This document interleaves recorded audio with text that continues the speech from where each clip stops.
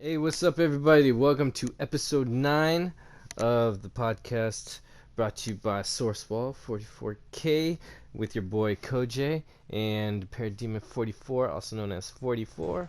We were just talking about some Zack Snyder, George Lucas, Jim Henson uh, visualization or whatever, narrative Yeah, this styles. was actually this is the first podcast in I think almost a month. Dang, I it's hope been that long. maybe I haven't really been keeping track, but I hope you guys enjoy this one. So, Hell but yeah. yeah, Well, earlier yeah, but we started talking with just George Lucas and Revenge of the Sith and how certain dubbed versions kind of slowed down and improved the pace with the performance. And we are talking about this is before we started recording. We're like, shit, we gotta start recording. So then, anyways, we're talking how George Lucas is kind of like a technical director with special effects and how to make that tie into world building and how he does his angles and his shots and his sequences.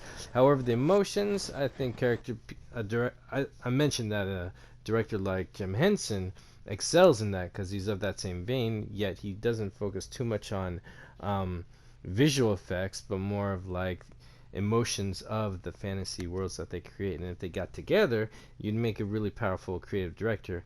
And we were saying, oh, Zack Snyder is pretty much like one of those directors, and he uses the visual effects to a certain poetic precision that's just all there emotionally and technically. And that's where you guys are at, where we kind of did a pre-show without recording. yeah, we didn't record any of that, but But yeah, that's yeah, what you missed. With George Lucas though, I will still always stick by the fact that George Lucas is an experimental director, an experimental Mm, filmmaker, and he almost never does the run of the mill thing, like ever. that's true. I respect that a lot. I like that. even even when George Lucas, like even with the Red Tails thing, when George Lucas finally came back to make another movie, and everyone's like, I wonder what George Lucas' next film is going to be. He's like, I'm making Red Tails, and everyone's like, ah. And it's like you just no one expected that. Like not to say Red Tails is a bad movie, it's a great movie. It's a very Yeah. historical movie too, but you can definitely tell what he said that people were expecting, wanted him to do something more fantastical, I thought and that was even fantastical enough. yeah, exactly. Even in that film, he took a lot of chances with that film as far as the direction Mm. too. So I feel like you go back and watch George Lucas's films, they're also very different, which is cool. Mm-hmm. Yeah, I mean, if Even you like look at Howard the like, Duck. yeah, and you look at films like American Graffiti, THX, and Red Tails, they all are very unique and have a little nod of Star Wars in it, but not enough to take you away from its individuality. Yeah. And Jim Henson, obviously, the Dark Crystal Oh, movie is a classic. mm-hmm. And the show If you have, Muppets is pretty brilliant too. yeah, Muppets was brilliant. And if you haven't watched the prequel to Dark Crystal yet, you Oh, should, because it's very good. it's Snyder And got beautiful to me, man. I love that shit. the Age of Resistance is Yes. kind of like the perfect example of how they they take practical and they overlay it with digital effects to make the practical effects better. In Age of Resistance, like the reason why the puppets kind of even look more like look better and even more alive than the original was because of the visual effects and the digital effects that they put over the puppets for certain moments and scenes, like emotions. Mm. When it came to like body movements and they also use visual effects on the eyes to make the puppet eyes look more lifelike. So they did a lot of subtle things over the practical effects that were already amazing to make it even better. Till you Yeah, kind of they even like, spent time to make wheels show the creatures who worked as wheels. Just for wheels, just to get moving. yeah, Very it's casually. Nice. so like if you don't want to watch Dark Crystal. I don't see why, but if you don't want to watch it, I would definitely say that check out the making of Dark Crystal: Age of Resistance, also on Netflix. It's a really great behind the scenes documentary about Jim Henson, the Dark Crystal. I guess we can say at this point franchise now, the Dark Crystal series, Dark Crystal. It almost feels good to say that the It's Dark Crystal true. franchise because there's only been one movie for so long, Yeah, and and also but. before the series picked up, there was for the last 3 years there was a comic line. Oh, I forgot who does it. What is it? Dark Horse? No, it's not Dark Horse. Anyways, there is a comic line, and I have a few of the trades where they did a comic story of what happens after Dark Crystal, and they're still expanding the world, and those storytellers, those creators of those books, they went on to do more prequels and in between stories of Age of Resistance in comic book form. So, saying it's a franchise now, even though it's kind of not as big as most other ones, I would say it's on the level of Ninja Turtles now. So, it's Yeah, pretty cool. it's definitely expanded in a good way, in a big enough way to keep the stories going. I actually didn't know that they had comics Oh, they're pretty ongoing good, for bro. it. They're, I felt That's some pretty plots were a cool. little reaching, but it's pretty cool that you see.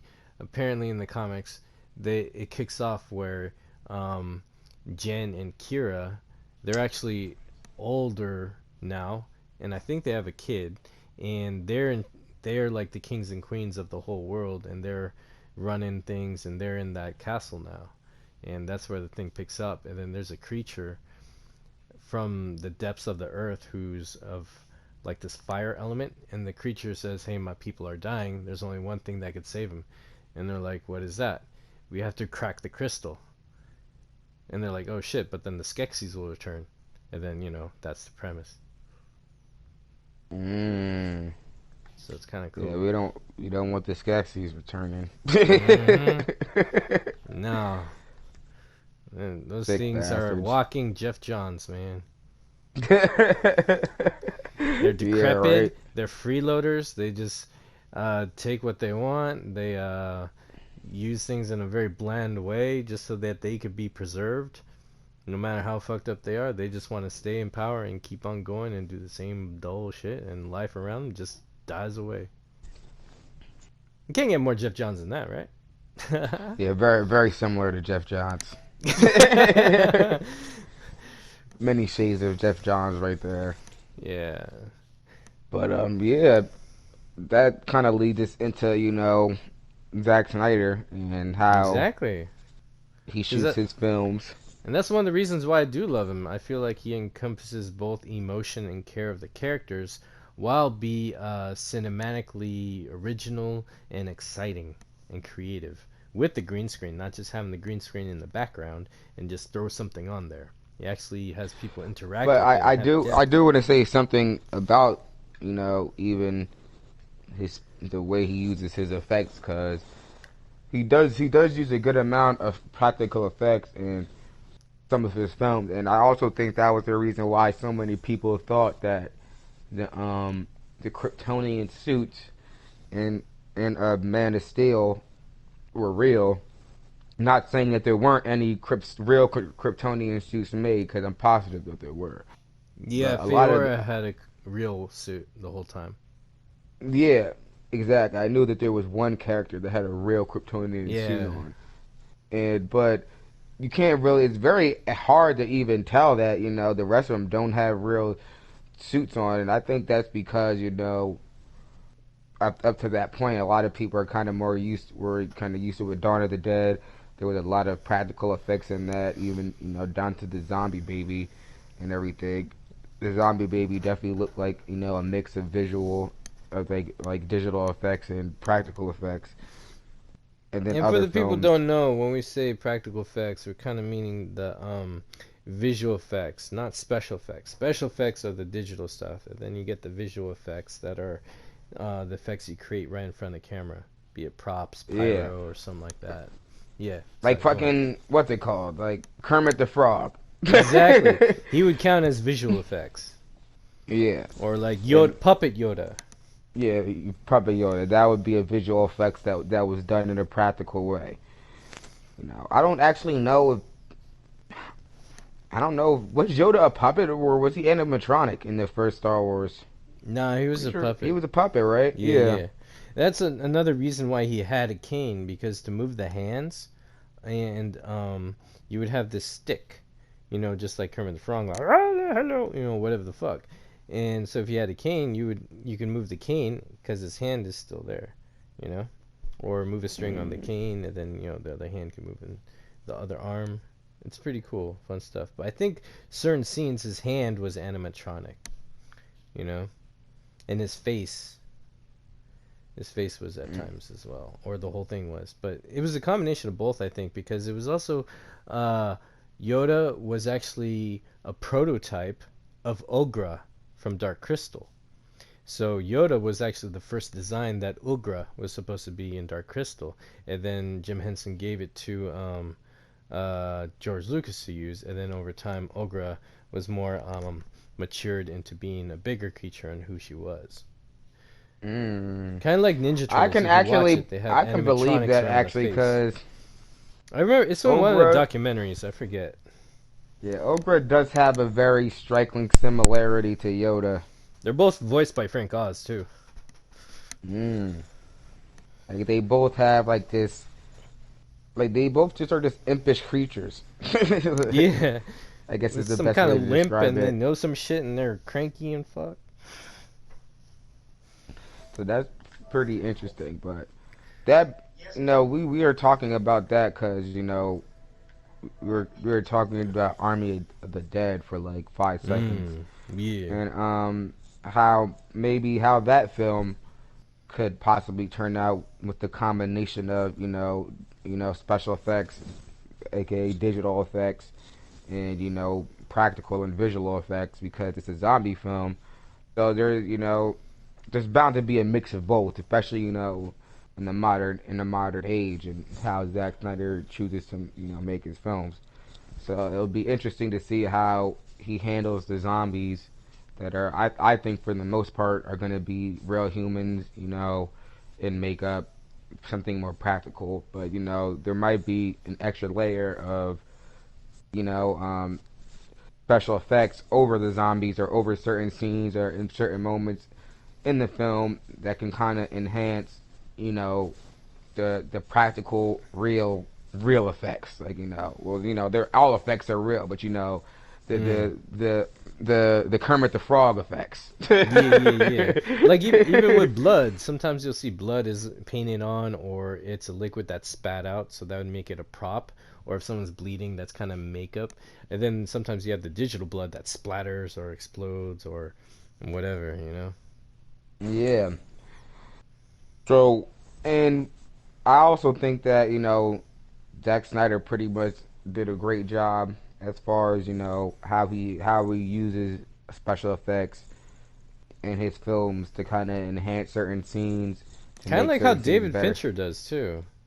Yeah, like he just doesn't use it as a fucking backdrop. Right. And I feel like that's what a lot of directors do when they lean on special effects. That they just like, oh, we just need a backdrop. Oh, we just need this because some giant dragon is gonna come out the ground, and we need to spend like fucking $1 million on the budget to make this dragon come out the ground and breathe fire for like 5 seconds. Yeah. And Like it silly shit. and it I comes don't want off to two say silly dimensional because to me.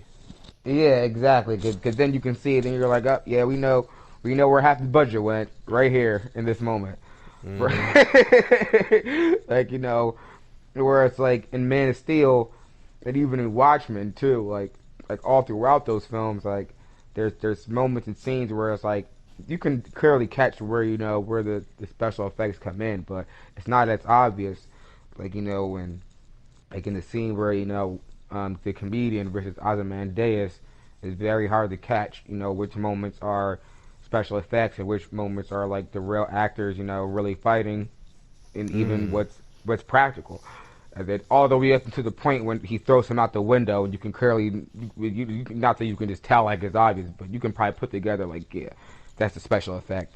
The background was Hmm. kind of a special effect. The glass breaking was a special effect. But that's what I mean though. Like that that part right there was kind of perfect for that, you know, Or even because when it Ozymandias enhanced the picked, scene. yeah, exactly. Like Nah, even go. when, oh sorry, even like when Ozymandias he was attacking that guy who was killing the people or who was trying to kill him, he picks up that little pole or something and he smacks the guy. Sometimes Zack Snyder, you've seen people behind the scenes they hold just for one moment like that they hold like a green screen small thing and then they animate the actual thing so it makes the final product looks like it makes contact, you know. Mm.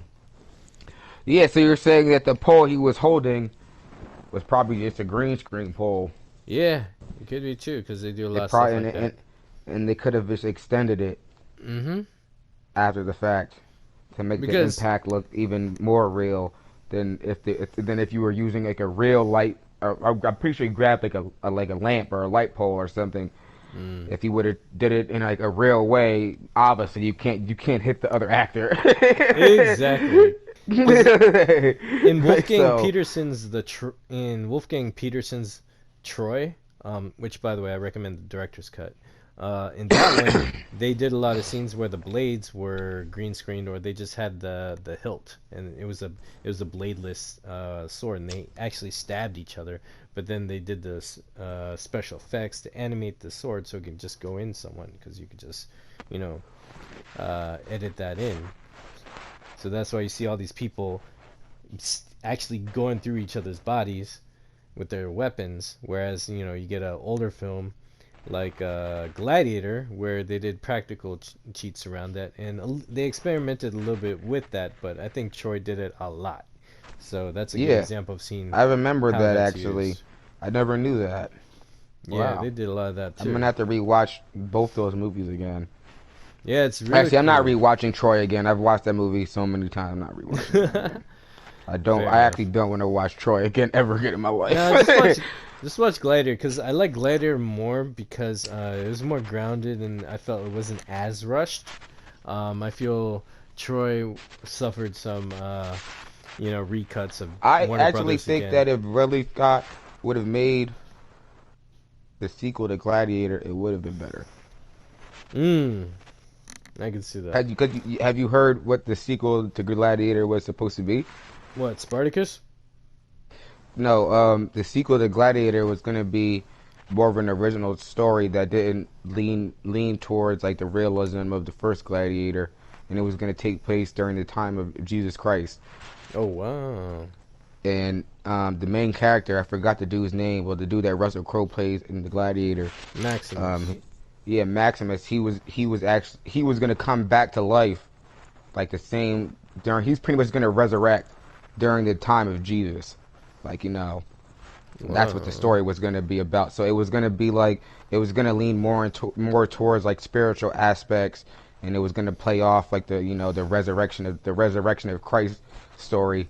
You know, I don't know if they were actually going to put Jesus in the story or in the film, I should say, but from what I was read, that there was going to be a Christ-like figure in the film that I guess was going to supposed to be reminiscent of Jesus, but Maximus was also supposed to be representative of Jesus in the sequel as well as kind of like the gladiator that rose from the dead. And because based on how Gladiator ended, if dude didn't die, they probably would have made him fucking ruler. That's true. At that, yeah, you think about it, based on how the film ended, he Huh. just died. So for him to come back, I felt like it could have opened up a possible pretty interesting story. That's interesting. And I wonder if But some of that got scrapped and then resurrected in Ridley Scott's Heaven and Earth. it's possible It was a because I Heaven and don't. Earth or I no, think that Kingdom of Heaven. Sorry, Kingdom Kingdom of of Heaven, Heaven. that's what it's called. Yeah. Because I think he gave up on that film. I think he was planning on making it like a while ago, but so much time has Mm, went by, and yeah, a lot of Gladiator was a big film, but a lot of people have forgotten about Gladiator too. that's true. You know, and the whole thing about I guess white guys in movies nowadays. Like I don't think people would they would probably get mad if a movie like Gladiator came out in the modern age. Who knows? You know, like, oh man, look at this white guy swinging swords and killing people. White male rage. They be just saying all this dumb shit. So maybe it's better that we don't have a Gladiator 2 just yet. Or maybe it would have just been better if we just made it immediately. So then we could have just had it. And then we wouldn't even have to worry about all those issues until now in the present. Eh. Yeah, I just think that the genre of swords and shields have gone a little bit down to like B-side films or C-side. No one's really focusing on them as much. Yeah, because the sword and shield genre, as they call it, like Yeah, like it always has to be reinvented every generation. this is true. The last person to do that was Zack Snyder. Mm-hmm. Another Yeah, thing that brings 300. brings singles back to what we were talking about is that Zack he uses a lot of close-up shots, a lot of slow-mo shots, and everything, and people actually think that is like special effects or VFX tuning, well, special effects for some reason, and sometimes it is. Most of the time, it isn't. Like when even a perfect example is scenes in Watchmen, or even scenes in like Snow, Steam, Iron. Like when the girl pulls the gun out, and Zack Snyder always does that. That close-up side angle. Mm-hmm. And then he slows it down. So you can kind of take in the visuals of the shot. Like, I'm surprised at how many people actually think like that is like special effects when that's actually just a real shot. Yeah, that's just basic cinematography. That's just John Woo shit on the scale of 11.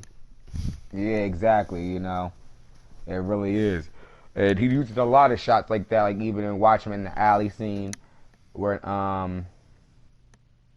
I think it was Night Owl and Silk Spectre. I think they were fighting the guys that beat up the original. I think that actually happened earlier on in the film. I think maybe Yeah, at that that did. point. That was after their friend date.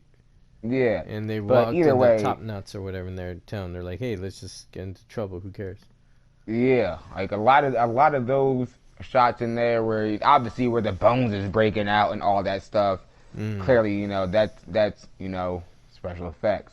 Yeah, like But in beyond, Romeo Must Die when they did the X-ray attack before Mortal Kombat did it.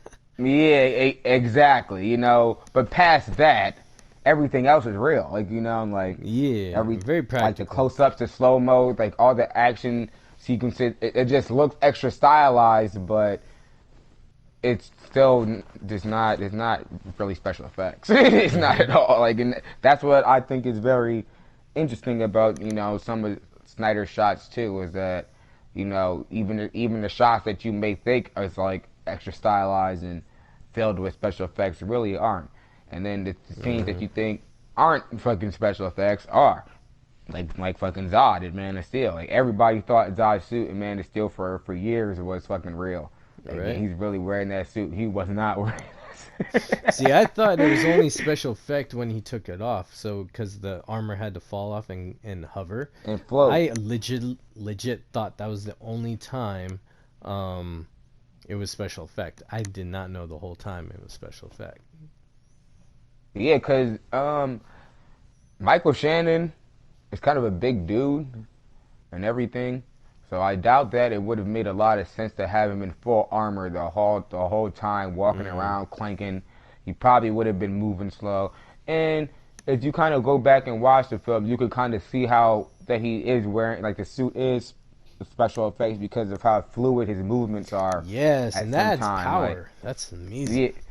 yeah, exactly, and it was a very good way to kind of show how how strong of a character he is because he's wearing this heavy ass suit and everything, but he seems to be moving pretty well, pretty fluently. He doesn't seem to be slowing him down or holding him back to an extent. Like, don't get me wrong, he still kind of moves with like a heavy demeanor because it's acting and everything. So you don't want to. He can't be acting like he's wearing a fucking gi and everything, and he's supposed to be wearing like a fucking armored spacesuit. So he does add that to the performance of when he does have the suit on, like in the beginning when he walks in and he shoots the one of the councils of Krypton and Yeah. everything. He kind of walks in with a real heavy demeanor, like. But in reality, it's like I feel like that just kind of fooled people even more into thinking that the suit was real. Mm-hmm. And that's brilliant. So with Army of the Dead, they said that there was going to be from the last reports I saw of it, it said there's going to be a lot of one-shot action sequences. Um, it seems like it's going to be classic Zack Snyder to an extent. It says it's going to be a lot of sequences that are very similar to the raid. You know, Which is interesting because I was on Vero, and I was catching up on older Zack Snyder posts because I haven't been able to give love to all his posts, so I was like, I just want to play catch up, right? And I saw that he posted one of my favorite Korean action films, called The Villainess. That he's like, he tagged it like he wants to see this movie really bad or something like that. And I was like, oh fuck yeah! And I had just rewatched that movie like two weeks ago, and that movie does a lot of clever, practical one-shot effects with all these one-shot violent things. These assassins are stabbing people in the neck, using all this military technique, take people down, and seeing that. And I saw that after he said that about Army of the Dead, that article. So then when I saw that post he did back then, I started remembering that film and remembering the raid, and I was like, dang, bro, I feel this movie Army of the Dead is going to go hard, like taking that energy of Watchmen and going back to that 300 style, and then just kind of reinventing the genre all over again. yeah, Enough to make Warner Brothers kick themselves in the butt. If they're not doing it by now, they'll realize that, dang, we could have been pioneers like we were in the Matrix. What happened? yeah. And it really it's a shame, even with the whole Snyder Cut situation and all that, because just even today, another one of Snyder's stunt guys, the guy that Mm-hmm. worked on 300 dropped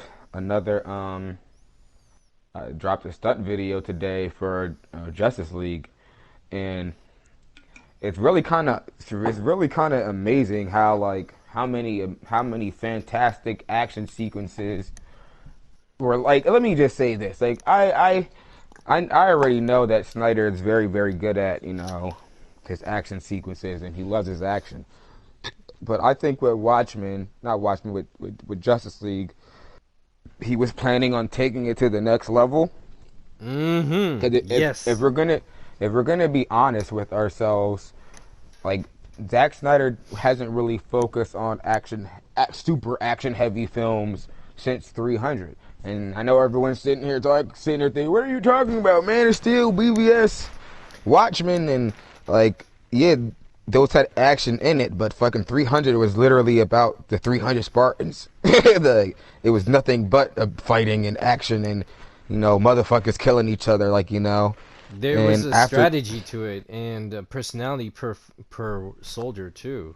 It was very character driven action, and it was in detail. Go on. Sorry, that's why jump in. yeah, and I feel like films like Man of Steel and BVS and even Watchmen, they focus way more on the story, which is great. There's nothing wrong with that at all. But Mm-hmm. they use action in a very sparing way, so when the action does come, it kind of hits you like a fucking Mack truck, Yeah. like That whole Doomsday it's, fight did that for me, because honestly, the Batman v Superman fight, I was at first I was disappointed because it's like that's it. It kind of felt like a short Brock Lesnar match, you know. And then when it was over, I realized, oh, the real battle is beginning with the real bad guys. And then we got the warehouse scene, and then we got Superman and Wonder Woman versus Doomsday, and that's like ridiculous, crazy. And then you got people trying to get Doomsday the fuck out of there before that even too, and all that detail is just like wow. But that was like the last part of the movie. It wasn't the whole movie, just like you said, how 300 was. yeah, getting hit with the Mack truck, and Zack Snyder is excellent at his third acts. Something that honestly I think most directors nowadays have terrible third acts. Most I directors and agree. writers, I feel their like they third know how to acts start suck. it. They don't know how to end it.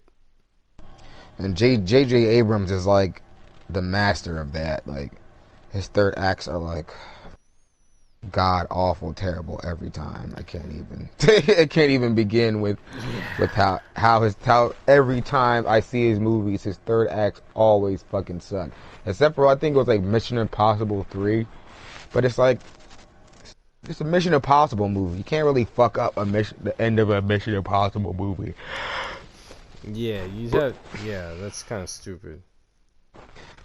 I think with Army of the Dead that Snyder is definitely gonna go back to more of his action heavy roots, and I think maybe the reason why he's doing that is because of JL. Like I feel like Snyder has an itch that he wasn't able to scratch with I feel Justice he wants League. to be unchained, Yeah, because unleashed, Justice League didn't come out, and that and he was going to unleash there. at this point, I Yeah. believe all of them. Like I believe everybody. There was probably some balling ass fucking action sequences in there that were just like, just leave it on the floor. It's like Ugh. come on, did you even see like even before the one that came out this not the one that came out first, but the one that came out before this one with that was the stuntman fighting the parademons during the Mm-hmm. history lesson. You know, it seemed like it was focusing on the tribes of men. It seemed like it could have even took place more towards the beginning of the battle and everything. And it was like, god damn, like the things that they were doing, even in just the stunt scenes, was Just like, for the wow. his. It Yeah. looked fucking brutal. Like Like they it went looked to town, bro.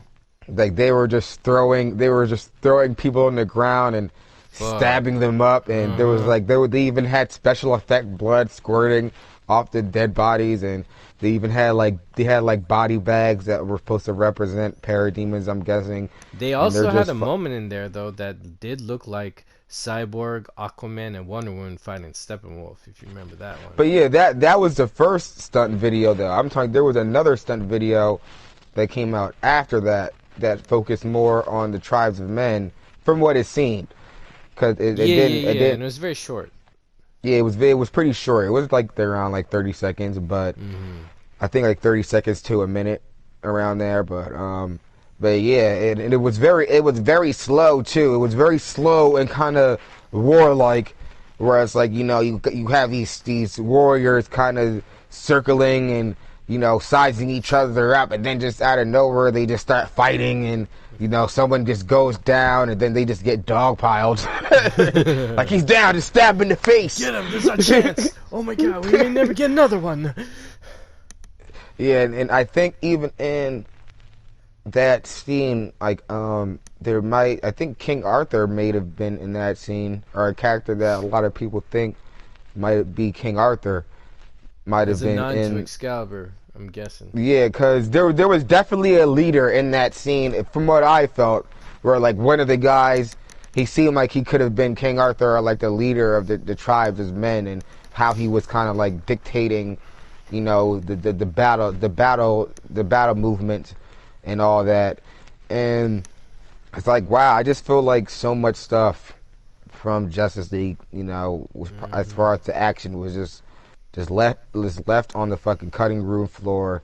And that was probably not only very disappointing to fucking Snyder, but it was probably very disappointing to all the people that he had work on that stuff. And bust their And asses on, because you got taking effect the training, the choreography sessions, the setup, the props, everything, all that hard work, just urinated just on. gone. Yeah. Mm-hmm.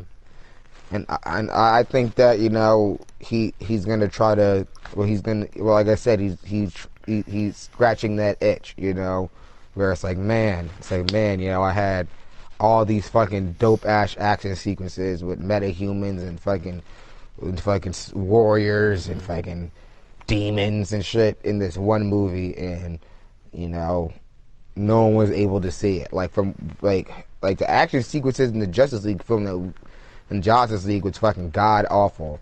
They were barely existent. They were barely existent, and I They don't were care what equivalent. anyone's. Yeah, The tunnel sequence was not enough. Like it just wasn't. No, Hey, no. I don't care how much of that was shot by Snyder. It was not enough. Not at all. It just wasn't. It was Not kind at of all. like, when you, well, because I have a kid now, but you get a golden book and you read it and you're like, and then they fought off the demons and then they saved the princess. Like it was so brushed over. Like they didn't take time to make you feel like what the struggle is like being in there, how scary that is with all the odds on you. Kind of like a good detailed Rocky fight, Yeah. Because then we got that one that dropped today that we all saw, with Batman looking and seeing, the cocoons of the parademons, and one comes out, and he has a hard, difficult, detailed time taking out one fucking parademon, and then a whole bunch rush through, And then seeing the choreography of the stuntmen playing it out, it was detailed. Like the parademon was as good as a fighter as Batman almost. Now can you imagine an army of them? Whereas in Justice League, it just seemed like a silly, stupid flying putty from Rita Repulsa. Yeah. And in Justice League, the Parademons really didn't, like, they fought, but they really didn't do any hard hitting contact at any time. They kind of just flew around. And, they kind of, swarmed in your face. They rushed, and they definitely tried and grabbed Batman. They shot some guns, but they didn't really even. That action sequence was the first action sequence that I've seen since BVS where Parademon actually did something. You feel what I mean? The Parademon actually, like you said, he came out the cocoon and he knocked him to the side. And he throws Batman against the wall, and as soon as Batman lands, he just punches him right in his fucking face. It's like, damn. It's like nothing like that happened in Justice League. Whereas in the nightmare sequence, you can kind of, when the parademons come, you can see them picking people off and literally murdering them. Like, you feel what I mean? As they swarm in, and obviously the soldiers are all shooting each other and they're dying. And then by the end, like the last parademon just comes up with that fucking sick ass grin on his face and just punches Batman in the back of his head. Even that one scene, in my opinion, I felt like that one scene perfectly captured the parademons and what we could have expected from the parademons in future film. Like that one scene was just. It just wasn't a fake. It was just so intimidating and cool and real, and even how he just landed. Like you say, he just landed and with this nasty grin on his face. Like the grin was so nasty that you almost knew this thing has intelligence and is sentient. Like, you feel me? He's not just really just a monster. Like, you can clearly see that he's getting a lot of pleasure out of what he's about to do right now. Yes. He's not he's not just like a fucking mindless monster. And in Justice League, they just came off like mindless monsters to an extent. Not even monsters. I would say that they reminded me of the flying monkeys in Wizard of Oz. And that one scene, that Russian scene or whatever, where the girl is looking out the window like, oh no, she sees all these things. And then one pops up and goes, ah, against the window, and she steps back. I was like, dude, that's like the Minox scene in fucking Empire Strikes Back, where Princess Leia's looking around. It's like, something's outside. And you see this thing going, ooh. And she goes, what the hell? But that's all the fuck it does. I was like, really? Yeah, you are actually right about that. That's pathetic. It's like, yo, you found the people. Why don't you go and take them? Because parademons are like ants, they want to take something, take it back to the queen hive, and then turn that creature, living being or dead being, into another parademon, and then go do their master's bidding. But no, just let the family be after they find them. It's like, are you it made no sense. It made no sense. You're right. Like, as soon as one parademon even noticed that they were there, that whole crib should have been swarmed. Yeah, I was surprised that they survived. That whole family should have been dead. Like, you feel me? Exactly. God bless their souls and everything, but if one parademon sees you, you might as well say you're done. Because If you're then not, what's if the you're fear? They're harmless, you know. It's like exactly. they Once just a seem like parademon sees you, once that parademon saw that little girl and saw that she was scared, it really made no sense for him to just like and then he just leaves. It's like he would have busted through that window and fucking ate that girl's heart. You know, yeah. No, like he because would have, he would have killed the parademons. whole family probably. Yeah, they're demons for a reason. That's why they're called that. I figured and always imagined they'd be as scary as like the creatures in the Descent. You know, like they are hungry. They will attack you, kill you, and they're fucking vicious. You know, they're extensions of fucking Darkseid. Yeah, It's like, exactly. come on. And Justice League didn't really capture the Justice League. Yes. Justice League didn't really capture that. Nah, it didn't capture And nothing. Not even a housefly. in Army of the Dead, um, even with this film, sometimes I do think that maybe this film could be, you know, even like the proof that maybe Zack Snyder's not going back to the studio system.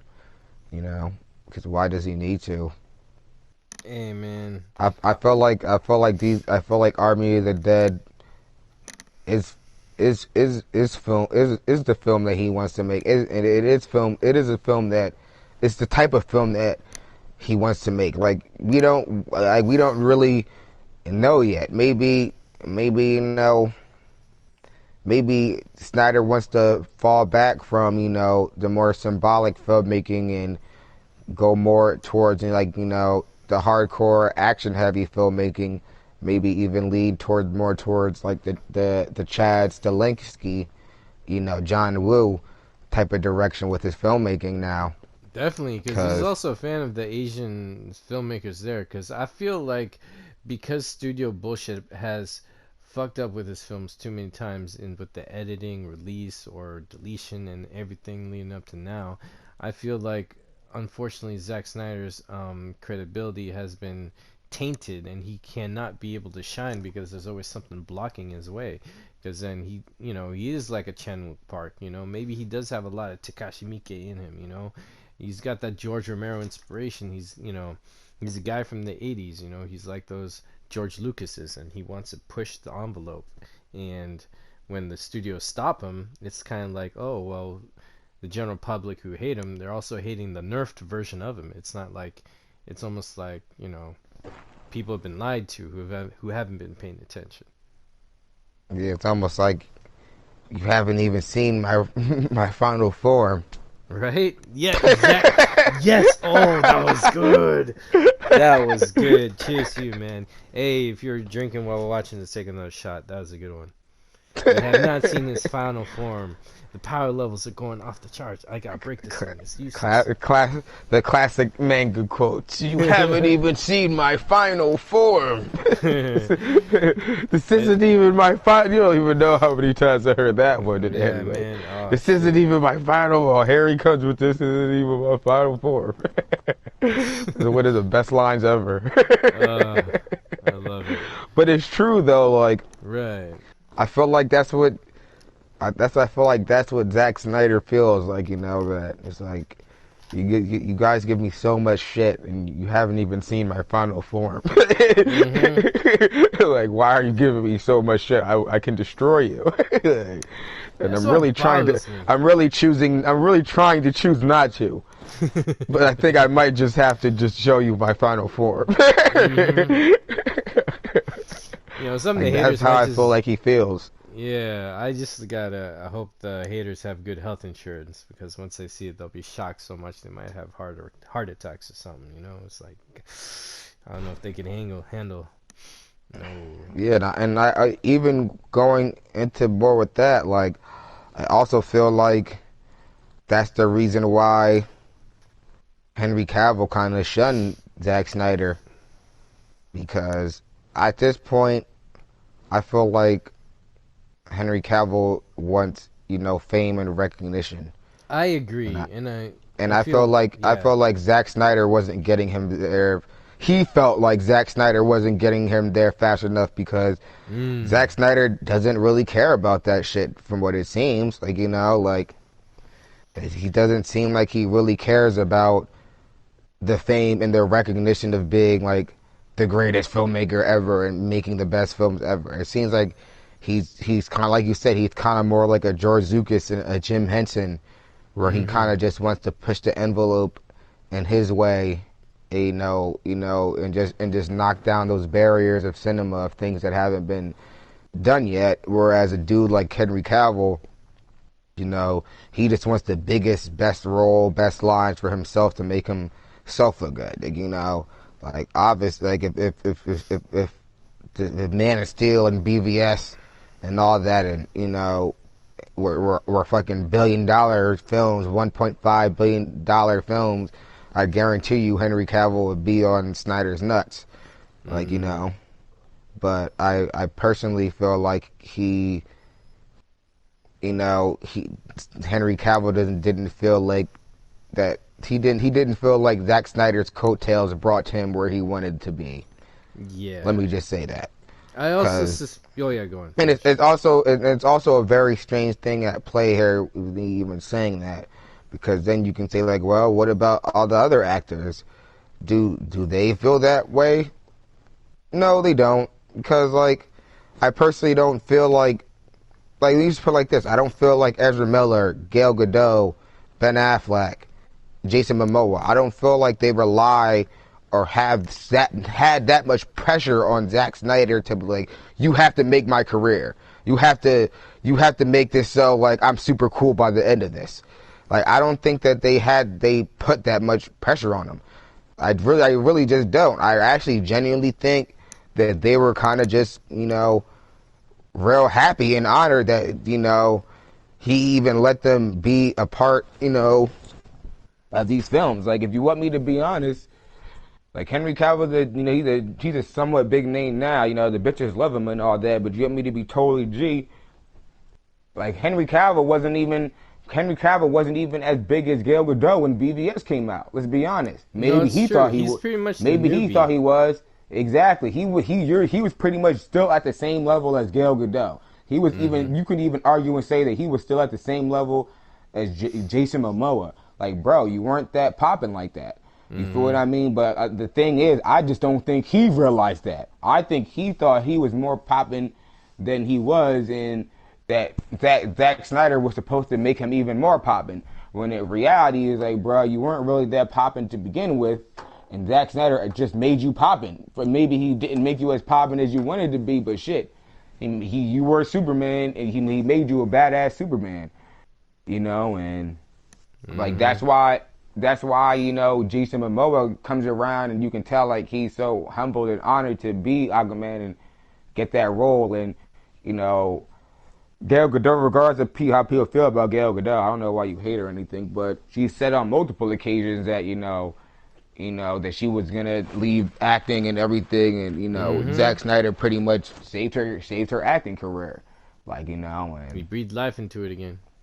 yeah, and even with the Ben Affleck and Zack, like they have to be either good friends or on very good terms, cause like that Ben Affleck is a big actor and everything, and for Producer him to too, even director. yeah for him to sign on to Batman, Batman v Superman under Snyder and everything, and like be in his corner so hard, and even still stand by the film even after what happened, and he still stands by, Zack Snyder. It kind of just really shows, like, even outside of the argument I'm making now, that they clearly had some type of connection or relationship, like where they just worked good together. So for some reason they just worked good together. So like Ben had no reason to be like, what, fuck Zach, it's Mm-hmm. like he really had no reason to do that, because from what we know, like Ben liked BVS. His interpretation as Batman is great. He probably thought it was great. It didn't seem like he was really against anything Zack Snyder did. It seemed like, if anything, that he supported everything that he did. And he Mm-hmm. didn't really say why. So the only thing we can really just say is that maybe they're just on good terms.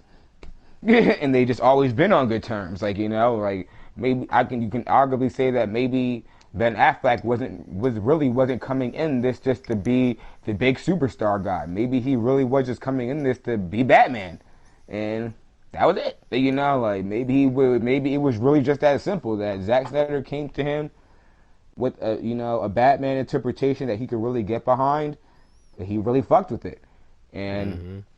that was just it. Like there was no other. Well, like I need like $50 million, or I need control over the story, or I need this, or I need that. It was just like, yo, all right, let's do it. Sounds dope. Yeah, Like, yeah. and let's be honest, Ben Affleck is bigger than Henry Cavill. Fuck what anybody says. Like the hell, like and Ben Affleck is an Oscar winner. You feel what I mean? It's like, yo, he's made many a great film. He starred in many great films. And it's like there's no reason why Henry Cavill should be acting like a prima donna when fucking Ben Affleck is over here with alcoholism and everything, and he's not acting like a prima donna. Mm-hmm. Just saying, like, so I kind of do have to look at it like that Henry Cavill kind of, and even past that too, like, and I have more too, like Zack Snyder just shot a music video for Ezra Miller. Why? Because they're cool. Exactly. It's like it's cool. Like you It's feel me? so It's like simple. it's clearly it's really that has to be the answer. Like his dude he's clearly hanging out with these guys off the record. Like you feel me? Like come on, like even that, and I'm pretty I'm not positive about this, but I'm pretty sure that Ray Fisher and Ezra Miller are still on good terms. I'm pretty sure that they might be somewhat friends. I can see that. Cause they were seen hanging out together on a few occasions.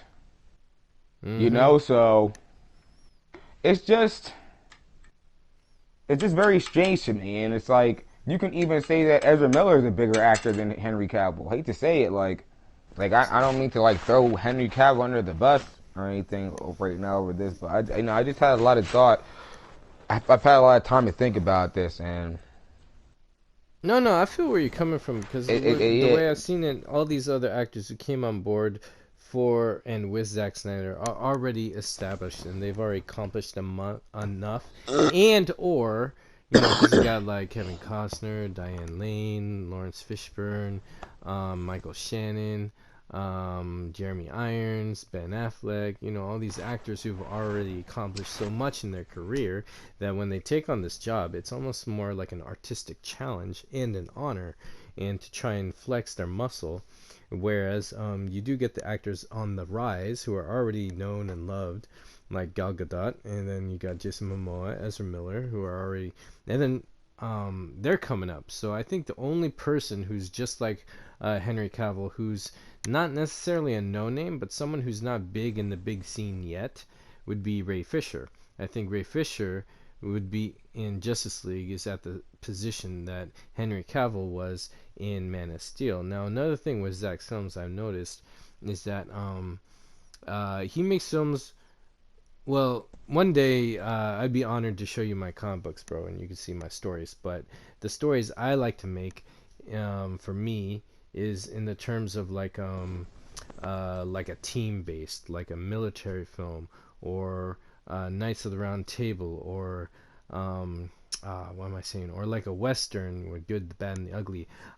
Me personally, I'm fascinated by stories that's about a group of people, not necessarily. Let's say you get a team movie, which is like let's say like Cool Runnings, and or Ninja Turtles. You get multiple characters, and it's about the family, the group, and then you get a film like a James Bond film where the whole focus is specifically on one character, and the world is designed around that one character. I feel like Man of Steel is probably one of the rare character pieces that Zack Snyder did, and whoever's either the leader or the character piece, they obviously get a lot of screen time. Henry Cavill being the new guy, that's a huge honor to be the main focus of one film. But then you see Zack Snyder, even with Sucker Punch, he has a hero, but she becomes a leader of a team. You got Watchmen. it's about a team. You got Leonidas and the 300 Spartans, it's about a team. And then you get Batman v Superman, it's really about the birth of the DC Universe and Justice League, and two guys share the spot because they're pitting one against each other. So in a way, it's still team building. He just loves making team stories, and I feel that with Superman being dead in the beginning of Justice League, and he does come back, Henry Cavill doesn't have that screen time. So the three films under the DCEU starring Henry Cavill, and this is what I hunch at, because when he says, I would really like to go back to, sorry, Will Billiam, I'm doing a horrible English accent, but he was like saying, I'd really like to go back and pick up where Man of Steel left off. And I'm like, Man of Steel left off? Ah, that's the only movie where you were the prime focus, homie, and you had a lot of screen time. It's like as the story progresses, he gets less and less screen time from his eyes, I'm guessing. But as Zack Snyder sees it, he's starting it with the first character, and he's just stepping back and expanding this world. And essentially, Zack Snyder's doing a trilogy of an origin tale of the DC universe. Not necessarily an origin tale of one character, and then do a sequel, and just do the same James Bond formula again and again. So and I feel that's what Henry Cavill wants, because he is. So let me ask you this then: do you feel like Henry Cavill presents the decisions that Zack Snyder made for the films regarding Superman and his screen time? I would think so, because a lot of people say that his screen time was. Like a lot of people like the Justice League for Superman, and because I feel his presence was more. It was a shorter film for the time he was used, and maybe the time he's used in Justice League and in a 3.5 hour film is maybe the same screen time. So I'm wondering if because I do know a lot of actors love certain close-ups as much as possible, and they love having a lot of screen time. Respectfully so. However, you gotta put the story first before your own ego, homie. That's what I think, right? To everybody. But anyways, if Henry Cavill's screen time is the same amount from Justice League and Snyder Cut, then you're having the same time of Henry Cavill in a 3.5 hour film compared to the same time you see Henry Cavill in a under 2 hour film. I think he would favor that more. Just for selfish reasons. Because his actions, in my opinion, have reflected that. Whether the film is good or not, he seems to not even care, because he's like, well, I don't think it's any better. I was like, what are you doing, homie? Everyone else in your cast is saying that but you. Oh yeah, everyone else in the cast are friends. They're chill, they're established, they're having fun, they're honored to get this. And you were kind of the outsider. You're almost like the new kid on the block who refuses to become friends with everybody else. Henry Cavill is I'm not gonna lie, Henry Cavill is a weird dude. I'm not gonna lie. He's, sometimes I feel like he's a man at a time or some shit. Cause even I'm not gonna lie, even the way they promote Henry Cavill ever since he's been under Danny Garcia is like so fake. Yes. It's like the fakest shit I've ever seen in my life. I'm like, bro, are you really going back to this fake ass like 80s actor type of promotion? Like, look at Well Henry said. Cavill on this yacht by himself, wearing all white by himself. Okay, like look at Henry Cavill rub his hands down with lotion in his hotel room alone With no shoes. like, with no shoes. Like, oh, all right. It's like, how are you trying to promote yourself, man? Like, I really don't get it. It's like, and then remember that picture of Henry Cavill that Danny Garcia posted? Like, look at this picture of Henry Cavill throwing cards. I'm like, that's so cornball. Like I don't care how handsome you say the guy is. That is the cornball ass picture. Like, look at him. He's just throwing cards at the camera. It's like, bro, that's not cool. Like, how are you promoting this guy? You're promoting him like a fucking square. That's the pro wrestling logic. You fall in love with the character so much that you don't care what they do. You just want to see him in the ring, in the show, again and again. Yeah, it's like, it doesn't make no damn sense to me. Like, you feel what I mean? I'm like, this can't be what y'all think is gonna get people fucking with this dude. Like, like it's like, and maybe the ladies are eating it up, cause Like a lot of the ladies in the Snyder Cut movement, they fuck with Cavill, especially like Kat and everything. He loves Cavill and everything, and I don't knock her for it. Hey, Love him, yeah, love that's a love boy. him That's to cool. yeah, love him to death. I'm just saying, like, it's just odd how they promote this guy. It's just very odd to me. I'm like, yo, if I was his manager, I wouldn't promote him like that cornball shit. You know what I mean? That shit is kind of cornball to me. Like how they, and I just asked myself, like, wait, are you actually okay with this? Like, do you actually think like this is like maybe it is the right direction for him? But it's like you're right. It's like he's coming off with this whole loner, this whole loner trying to be larger than life type of actor demeanor, and it's like, to be honest, for me, it just doesn't work for you, bro. It doesn't, like, you're not, like, this doesn't work for you, man. You're not Johnny Depp, bro. I was Like hoping he would be though. yeah, what he's doing is some shit that would work for Johnny Depp. But even Johnny Depp wouldn't do no shit like, cause Johnny Depp is not a cornball like that. Johnny Depp actually has like homies and people he's cool with, and like, you feel me? Johnny Depp do a promo, it'll be Johnny Depp looking like a rock star. He'll probably have one of his other 40 or 50-year-old homies with him looking like rock stars too. You feel what I mean? Kicking with Marilyn Manson. Yeah, playing piano or some goofy shit. You be like, man, what the hell are these weirdo niggas doing? They just doing this whole weirdo creative stuff over here. It's cool though, it works, because it's Johnny Depp. But Johnny Depp wouldn't be, on no yacht by himself. And he could get that shit off. Like, video of Johnny Depp on a yacht by himself, just riding a yacht, wearing all white. It's like, yeah, Johnny Depp. Like, people would be like, all right, we dig it. Like, but like, I don't, like, I hate to see dude. Like, people are gonna come at me for saying this. Like, dude is not that suave to me. like the demeanor that they're trying to put on him, it doesn't work. Especially on the flip side of that, when you hear this dude's quotes and he be talking about playing video games and all that, like, nigga, you weren't the one. You weren't not suave like that. Cause you're trying to be suave, but then when you open your mouth, you're talking about playing World of Warcraft and shit. So what type of dude are you, really? Yeah, I kind of respect that though. But yeah, I feel what you're saying. I don't. It's two-faced as hell. Like, you feel me? On one end, you're trying to play it off like, oh yeah, I'm pretty boy loner.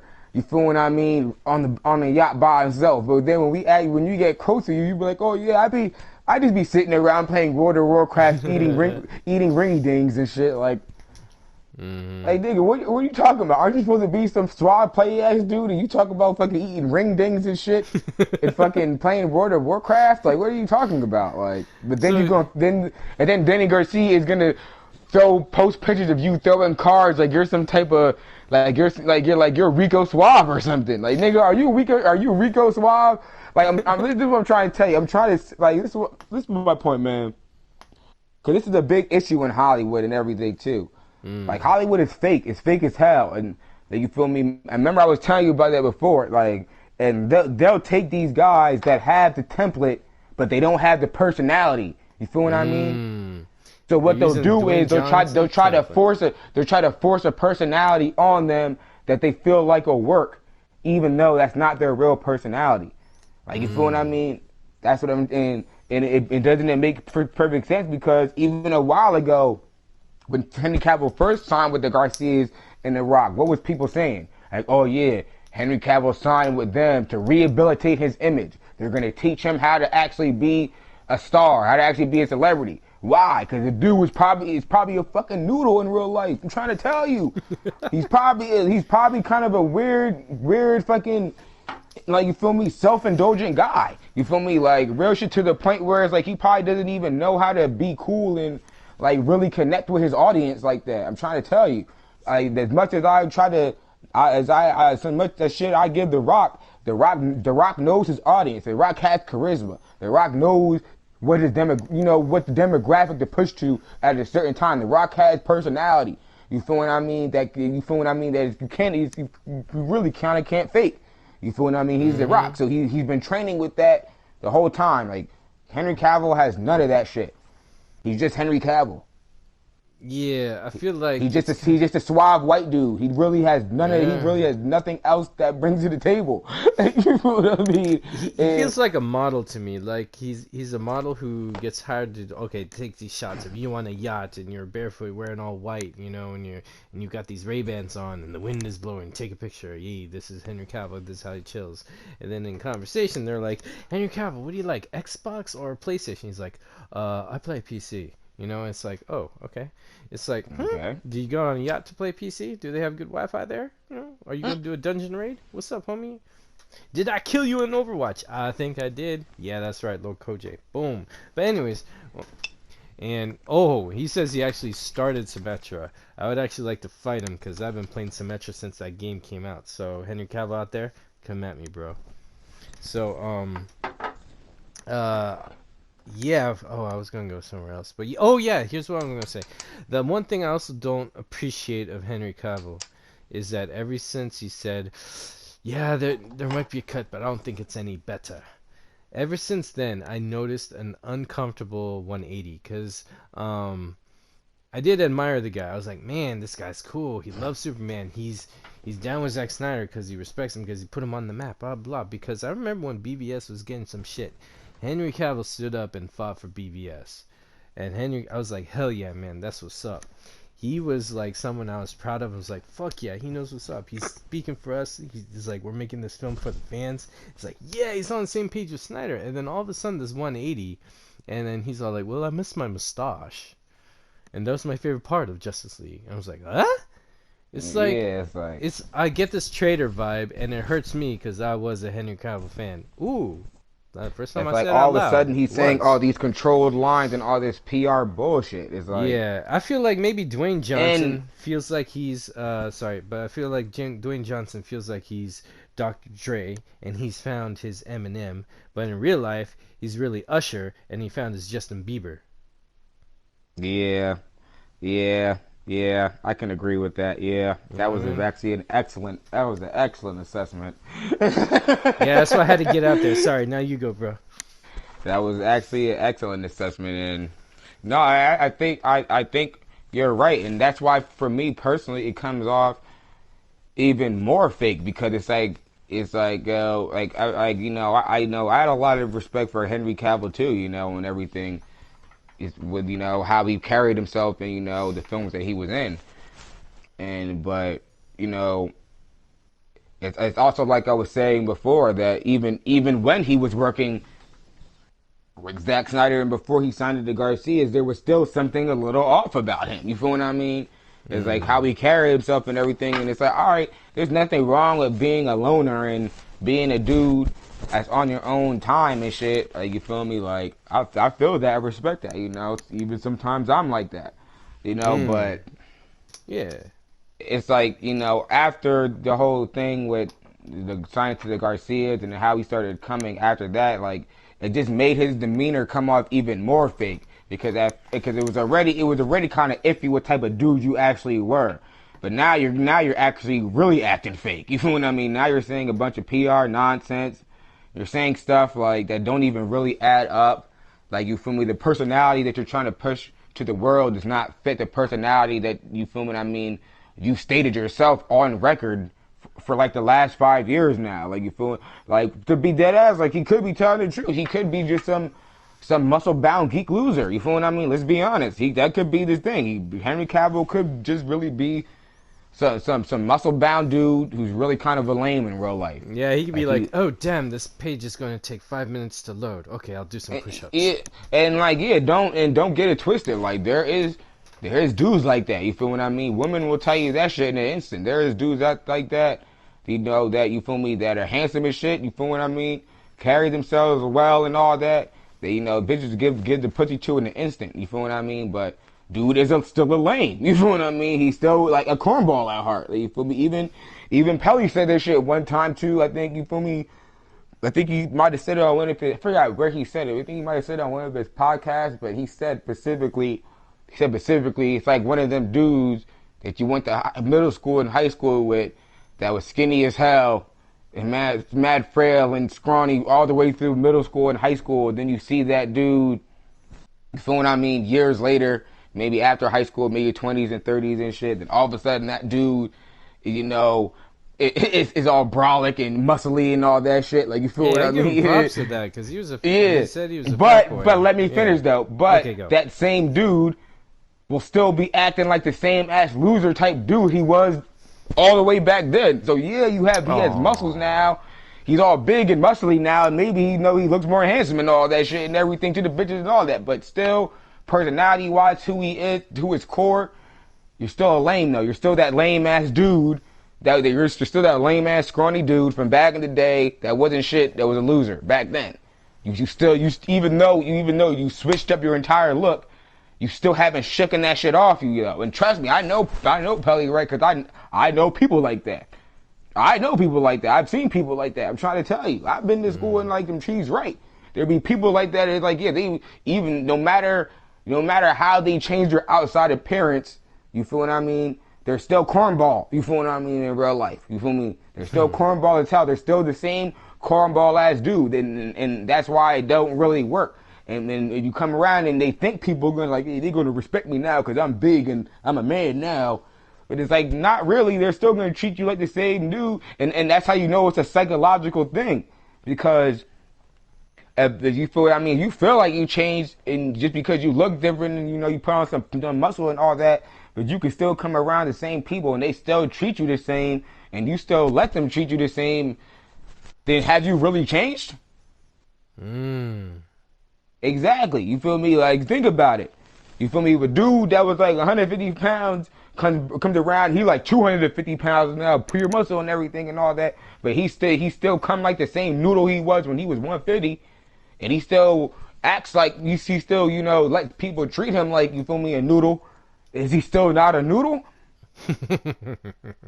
You feel what I mean? Like, yeah. It's true, and that's where sometimes I feel like Henry Cavill is at. That, like, you feel what I mean? That you was maybe some dude that was kind of a lame loner, like a lame ass dude that was a loner.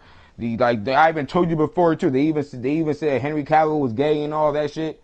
I don't know if he's still gay now. I don't know if he changed his mind, but you feel me? They even busted out the pictures of him back in the day at the gay clubs with the glitter on him and all that around the dudes and all that. So it's like we don't know what type of dude and what type of lifestyle, how he was coming as he was coming up. Like, we don't know how Henry Cavill was from like fucking 17 to 18 to 19 to 20 to now. Like, yeah, I think he's like late 30s, early 40s now. You feel what I mean? And everything. Don't get it twisted. He probably knocked down hella bitches too by now. You feel what I mean? But we don't know his origin story. We don't know what type of dude he was on the come up. Like, you know, especially when it compared to a lot of these other actors in the end. Like you can pretty much call out a lot of people's origin stories that come us in the beginning. Even Ben Affleck, Matt Damon, Johnny Depp. What were they doing when they was like 18, 19, 20? I'll tell you what they was doing. They was partying and fucking hella bitches, and they was the coolest white dudes on the block. Everybody knows that for a fact. You feel what I mean? For a fact. You feel me? They still tell stories of fucking Johnny Depp partying with Sean Penn and Charlie Sheen. Like, these dudes know each other. You feel what I'm saying? That's why they fucking love each other and they respect each other, because they know that they were at the same parties doing lines and banging out the same bitches. They seen it. They were there. You feel me? Sean Penn, Ben Affleck probably seen fucking Johnny Depp at the mansion party getting his dick sucked by fucking 4 bitches. They knew he wasn't no lame just sitting in the fucking crib playing video games and shit at the gay clubs. He was with the clubs that was them. You feel what I mean? That's what I'm trying to say. Like, and anybody can get older and change up their, you know, change up their path. You know, change up their origin. You feel what I mean? Become more of an upstanding dude. But you feel what I mean? That still doesn't change the fact that your upbringing can still have an effect of what type of dude you are in the future. Right? Like, right or wrong. Like, think about it even now. Think about now. Let's stick with Johnny Depp. With Johnny Depp in the Amber Heard situation. How you think that Johnny Depp was able to... Johnny Depp pretty much ran circles around Amber Heard with this situation. He pretty much proved her that she was lying. He didn't put hands on her. He barely didn't even have to do anything. He pretty much got it off on some old school player shit. Think about it. And why did that work? Because he's 50-year-old Johnny Depp. Imagine how Johnny Depp was when he was like 25. You think Oh, he hasn't 21 been through Jump this shit Street. before? Exactly. You think he hasn't been through this shit before? You think he hasn't dealt with women like Amber Heard before? Hmm. Exactly. He was playing. You listen to them recordings. He was playing that girl like a fool. You feel what I mean? Like I'm trying to tell you. Even the pictures he dropped, he knew he was gonna. He knew he was gonna beat her out in the long run because she's dumb and he's Johnny Depp at 50 that's been doing this shit for mad long. You wasn't about to just be making Johnny Depp look like a damn fool. By the end of it, he made her look like a damn fool. Right or wrong? Wow. No, I didn't really know much about this stuff. I just heard that song. Yeah. I'm learning this song right now. Wow. And and that's pretty much my point with it. That it's pretty much about pedigree. These certain guys in the industry, they have the pedigree. Other guys don't. It's as simple Hmm. as that. You feel what I mean? It's just really as simple as that. And sometimes you feel me. I don't be feeling. And plus, and Henry Cavill, he's a British actor and everything too, so it's totally different. But I don't. Sometimes I don't be feeling like he even really got the pedigree that even a, like a Ben Affleck or even a Jason Momoa has. In my Hmm. opinion, like don't get me wrong, he's a suave motherfucker, but does he have that same pedigree? No, you feel what Probably I mean? not. Because look how, like you said, look how we come. You feel me? You feel me? The Justice League class is over here. They all cool, fucking with each other and everything. They all friends and everything. And you over here talking about your mustache and shit. Like whose man's is this? You feel what I mean? That's lame as hell. That's some Yeah. lame ass shit. You feel me? People don't respect that shit. I'm trying to tell you, like, Jason Momoa wouldn't have said no bullshit like that. Cause he has a way higher pedigree than the dude. Like, he knows what's real and what's not real. Even Ben Affleck. He knows what's real and what's not real. That's why when fucking Justice League was coming out, dude was sitting there with the sad face, like the blank face. Hey man, Uh, I'm not about to be playing it off like this shit is real. I'm about to just do the promotion, whatever, and then I'm about to go back to my bottle. Like, he wasn't up there acting all fake and saying all none of that goofy shit because he know what time it is. He got friends and all that shit in the industry too. You think they wouldn't have clowned his ass for that? But what does Ben Affleck do? Ben Affleck goes in Kevin Smith movie, Jane Silent Bob Strikes Back, and he puts more respect on Batfleck. mm-hmm. You see what I'm saying? Hell You see, yeah. and he don't even gotta do shit like that. He Yeah, he's really totally doesn't. out. He's an outsider. He has no need to give it love, but yet he does with such And he passion. still comes back just to bring the joke full circle, because that's what everybody was really waiting for from the Jane Silent Bob reboot. They wanted to see, like, let's see if Kevin Smith bring the shit full circle and say in the movie that Ben Affleck was the bomb as Batman, because that's what they said in the first one, that Ben Affleck was the bomb in Phantoms, right or wrong. Mm-hmm. Ben Affleck came back for Jay and Silent Bob 2 just for that. Just Hell for yeah. just to bring the shit full circle, just to be like Ben Affleck was the bomb as Batman. Fuck yeah. That's real shit right there. You feel me? Meanwhile, Henry Cavill over there talking about playing World of Warcraft. He's on yachts in all white by himself with no shoes on, talking about I miss my mustache. uh, It's like I don't know, man. He's questionable. He's just a questionable motherfucker. He's questionable, like. And sometimes I know Snyder still rocks with him and everything, cause that's his Superman and everything. But sometimes I wouldn't be surprised if that's it's Snyder's disappointed in the nigga, man.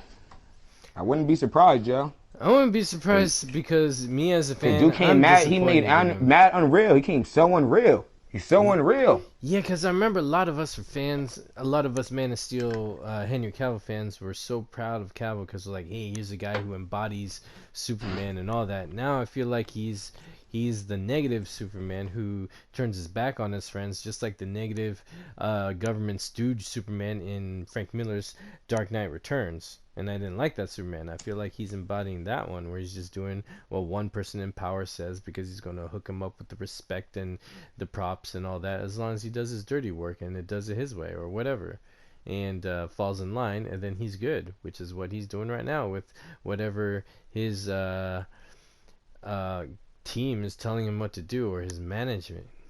And It's just like, man, he's alienating us. He's alienating the team. He's turned his back on the family that got him here. It's like, wow, for what? Just to keep the cape up? But then you won't even have any passion to be the right Superman. It'll just be a mockery, I feel like. Exactly. It's really, it really is kind of really a strange scenario.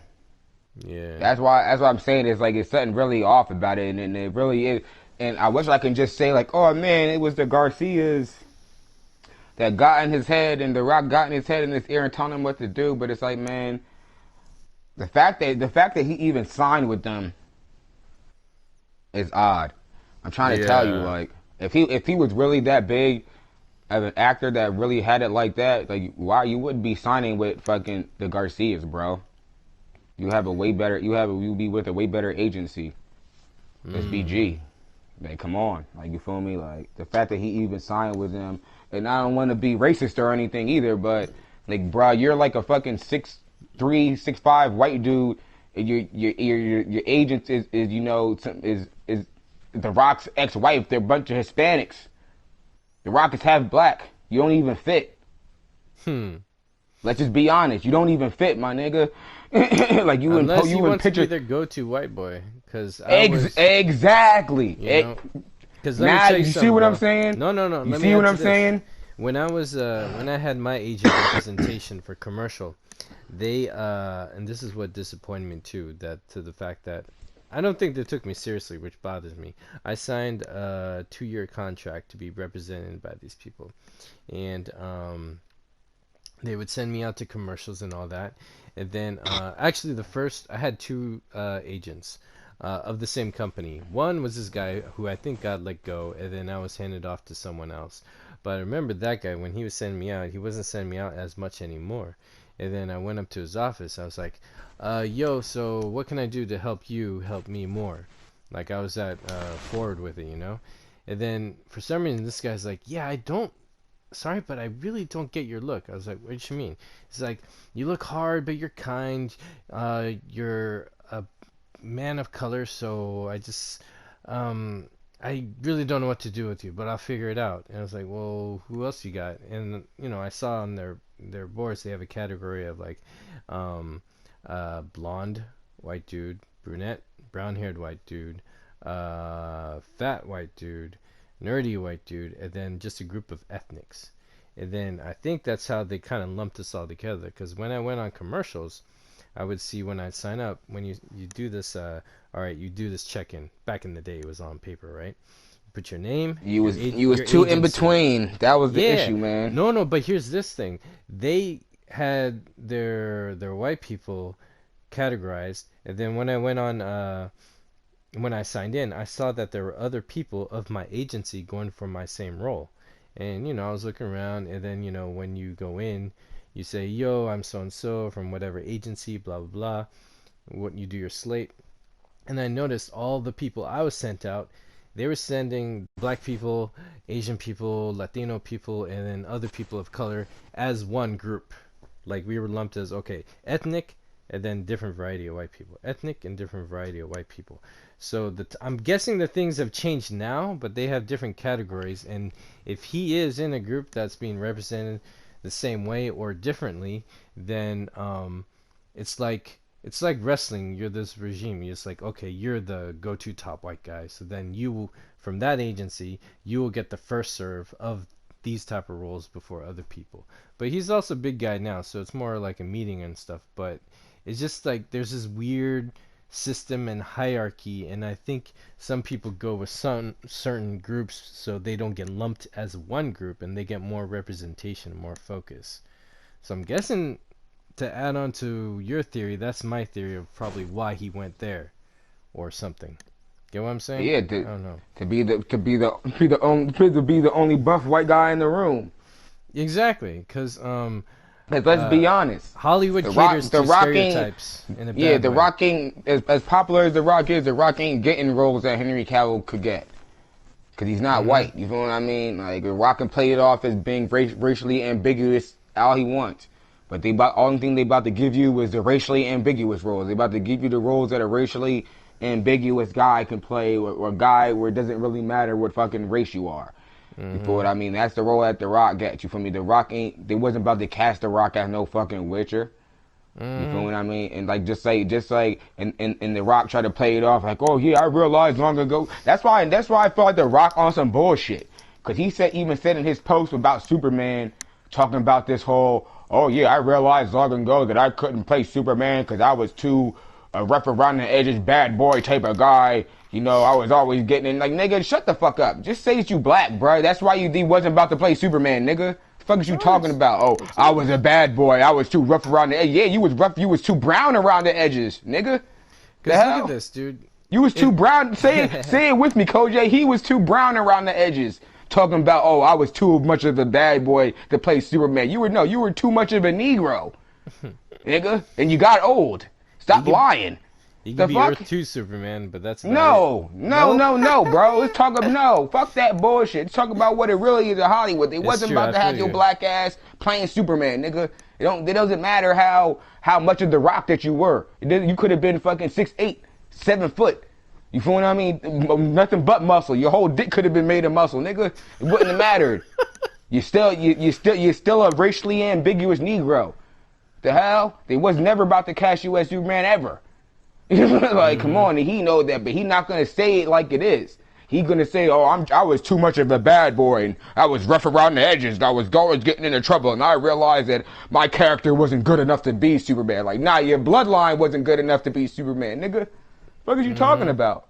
Nowadays, now in the modern age, they talking about, oh, black Superman, black Joker, all these black characters in DC that, you know, because this shit down the line, it's the future. The Rock is old, though. When The Rock was coming up, they could have casted The Rock as Superman anytime. They Right? did They on could have even SNL. casted, yeah, they could have even casted The Rock as Superman like fucking 7 years ago. Come on, what are you smoking? Like, if he's The Rock, you feel what I mean? It's like, they don't want you to be Superman, nigga. Making it seem like, oh yeah, I can't be Superman because I was too much of a bad boy. My character was like, nigga, you don't stop talking that coon bullshit and just say it what it is. You are black. You wasn't about to be playing no Superman. That's why they got you playing Black Adam. Dur, dur, dur, dur, dur, dur, dur. You feel what I mean? Like, it's like, yo. So with all that being said, even The Rock can't get roles that Henry Cavill can get. He knows that. And you know what? And that's Just why to add I on feel that, like the Henry Cavill is comfortable being signed under The Rock, because The Rock gonna get the roles that he can get, and the Henry Cavill gonna get the roles that he can get.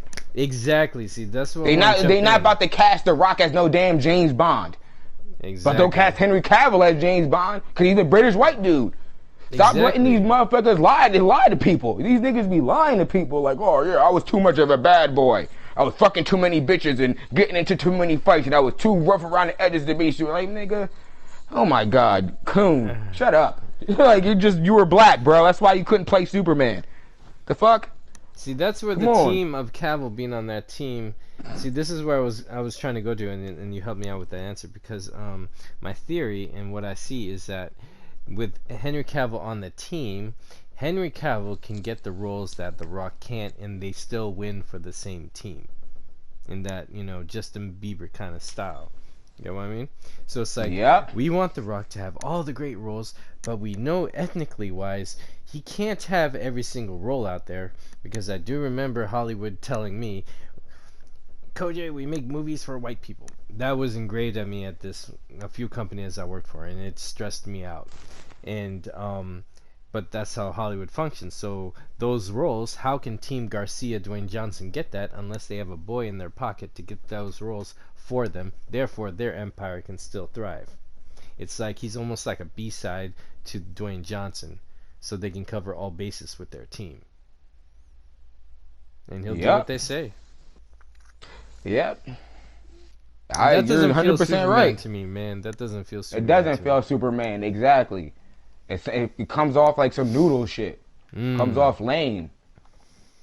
That's how it comes off. Like, come on, like, and like, I know some Henry Cavill fans are gonna listen to this and be like, damn, y'all really went in on Henry Cavill randomly in this way. We just randomly went in on Henry Cavill, but it's true though. You feel It's what I just mean? what Like, we see that's also being ignored. And I see it as plain as day, and maybe people don't Yeah. want to admit it because it doesn't sound pretty, it sounds insincere, but, if that's how they're acting and that's how they're playing us, then, we're just We calling gotta it what call it it how we is. see it. That's the only thing we can do. Like I don't like The Rock is a black dude. I don't want to sit here and go in on him and calling him a coon and you feel what I mean? Saying No. like, bro, you coming on some bullshit, but you are, and like you coming mad fake, and it's like. Personally, I took that statement that he made when he officially announced Black Adam as like I took that as like, yo, you just said some complete bullshit. Like I get it, it's cool and everything. You're announcing Black Adam and you're trying to say it in a cordial, you feel what I mean, mainstream way to get everybody like, yeah, because The Rock is always trying to be inspirational and all that shit. But to me personally, you know, as a black person, it came off as some coon shit to me. It came off mad unreal to me. I would have respected it way more if he was just totally honest with what it is. Like, I couldn't play Superman because I am not a white guy. I couldn't play Superman because I am black. So I'm about to play Black Adam, and y'all gonna love it. I would have been like, all right, you're right, nigga. At least you admitted it. But now you talking all this shit like, oh, I was a bad boy. I was this. I was too rowdy to be Superman. Like, nigga, you sound like an old fucking country bumpkin or some shit. I was too rowdy to be Superman. Too much of a bad boy. It's like, that's what it was. The white people in the boardrooms were looking at your headshots and your resume like, damn. I wish we could get Dwayne Johnson to be Superman, but this dude, man, he's too much of a bad boy. Too rough around the edges. He just doesn't represent the Superman character. Like, what? The Rock is the most let's put it like this. The Rock is John Cena before John Cena. Mm-hmm. People John try to make it Cena's seem just like a the PG Rock.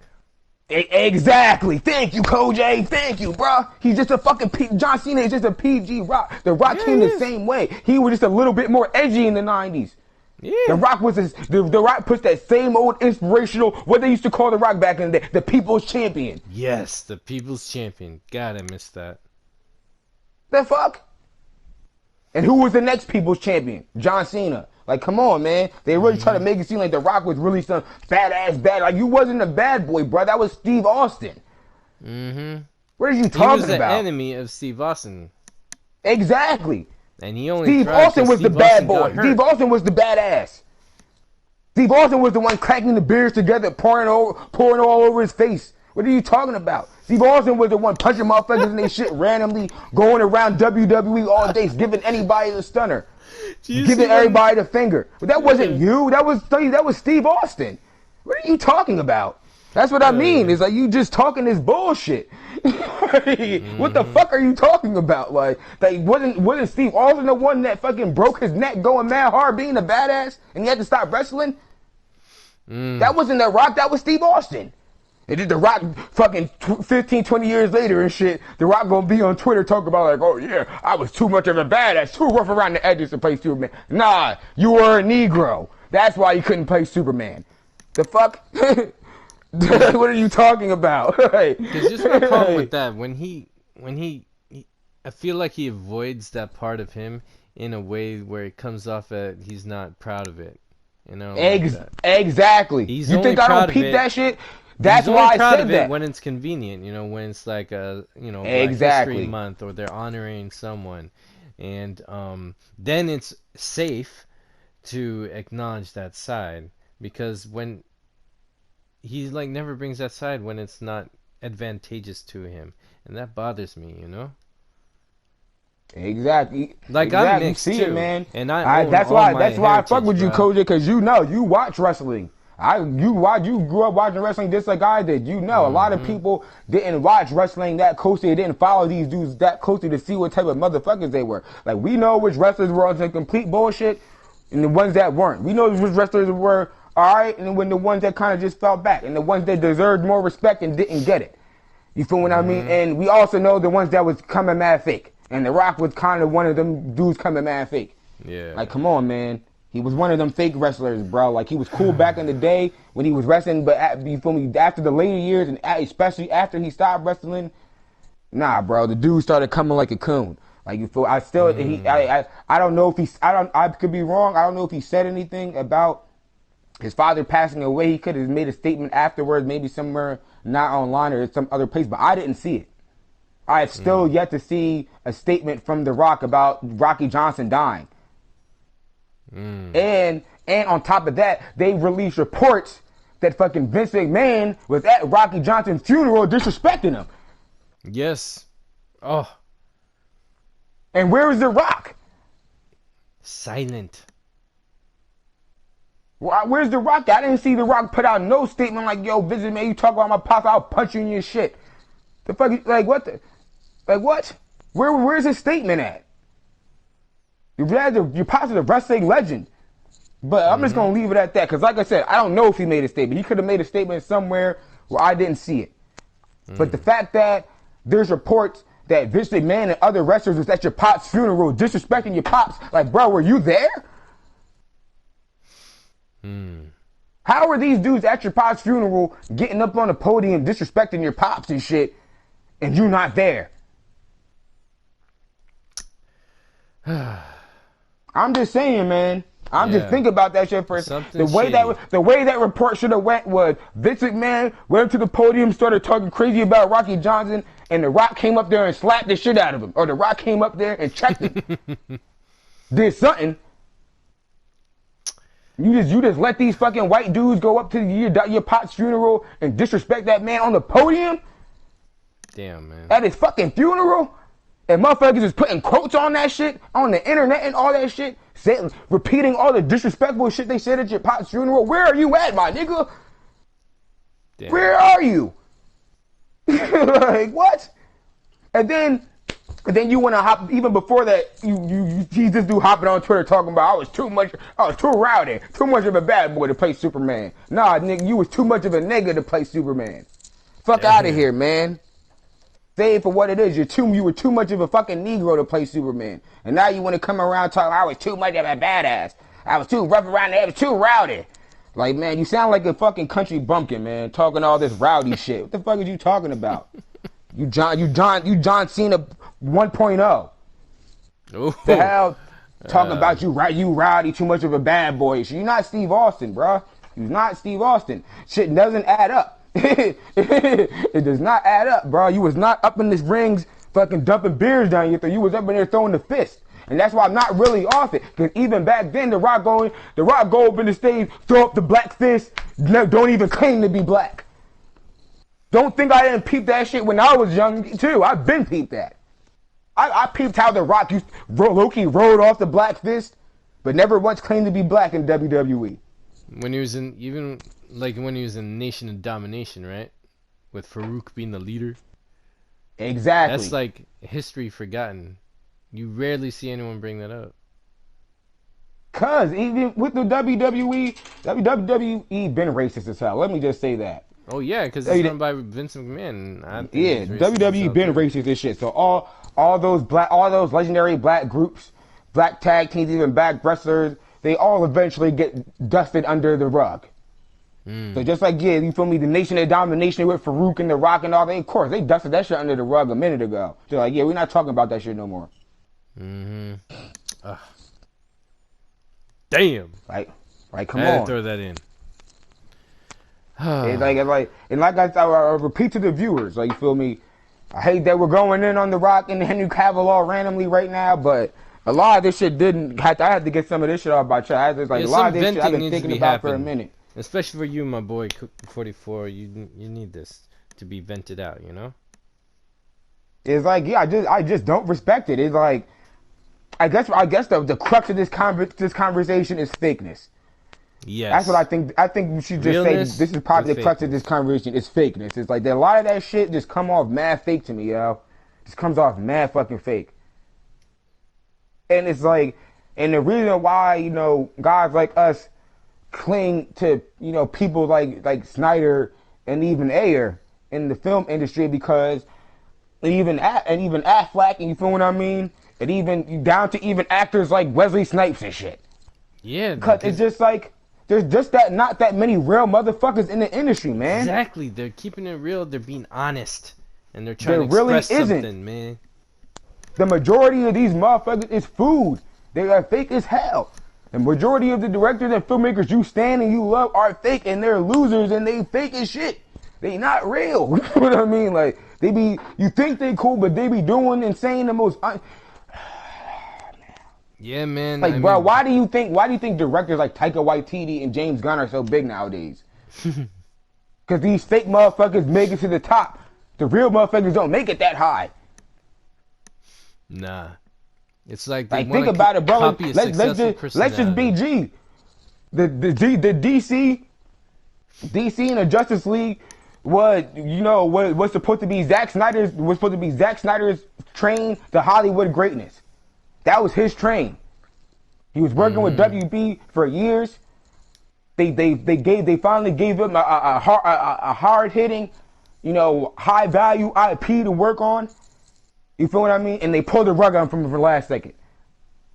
At the end of the day, we don't really know why they fucking did that to him, bro. It could have been for it could have been just because all the films are too dark. But we never know. Maybe Zack Snyder didn't want to fucking suck a dick or some shit. Maybe he didn't want to participate in a fucking orgy. You know what I'm saying? We don't know why they we don't know why they pulled the rug under dude right when he was like an inch away from his Hollywood greatness.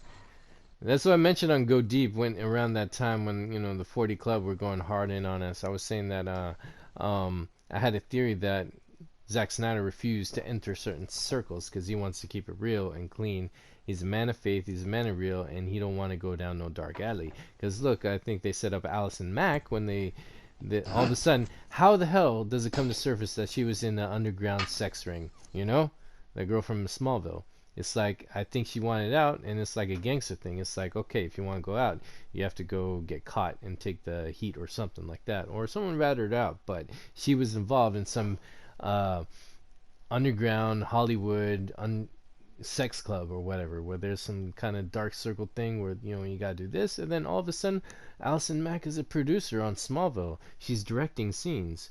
She's still acting it. Her character's still relevant. It's like, you get these weird power trips. It's like, how'd you get there? And then this shit comes out and you're like, oh, you had some other thing going on, and I'd see that that's something that I would bet good money, because I feel Zack Snyder's a real guy.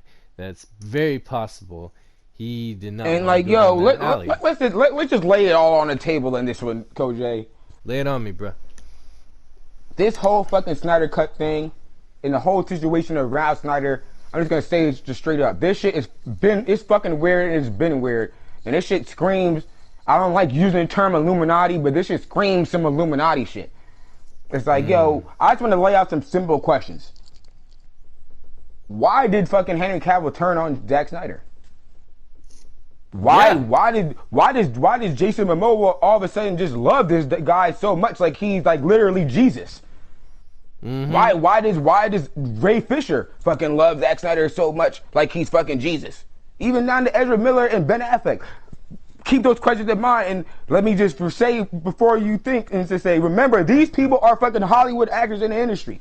They have no reason to really respect anybody else in the industry, because they're in the industry. They know what motherfuckers is on some bullshit and who's not, right or wrong. Right. But, you feel me, there was no reason really for Jason Momoa to really go out of his way and really show that Snyder was his bro like that. Like, yeah, I really fuck with Snyder, he's the bro. Like nigga was going mad out of his way. He was like you can say Jason Momoa is a hype god all you want, but that shit wasn't no hype god shit. He was going out of his way to be like, this nigga is my bro. He's not on no bullshit. He's my bro. You feel what I mean? He's the shit. So obviously there had to be something, obviously great quality about the man, or there had to be some type of respect that he earned from them off something that he did not do. That's what I mean. You never know. They could have really tried to fucking put Snyder in a corner over that fucking Justice League shit, and he could have really fought back, and he could have earned their respect off that shit. That's what I'm saying. They could have had Zack Snyder in the room trying to get him to suck a dick or some shit. And then he could have walked out like, man, I'm done with this shit. These motherfuckers trying to make me suck dicks and have orgies and shit. I'm not doing this shit no more. And Jason Momoa could have been like, bro, I feel you. That's real. You feel what I mean? Like, exactly. They're trying to make you do all this fucking Hollywood fuckery, all this Hollywood bullshit. And you said no. That's Like, what come on. something like that. Why does Ben Affleck have so much respect for this dude?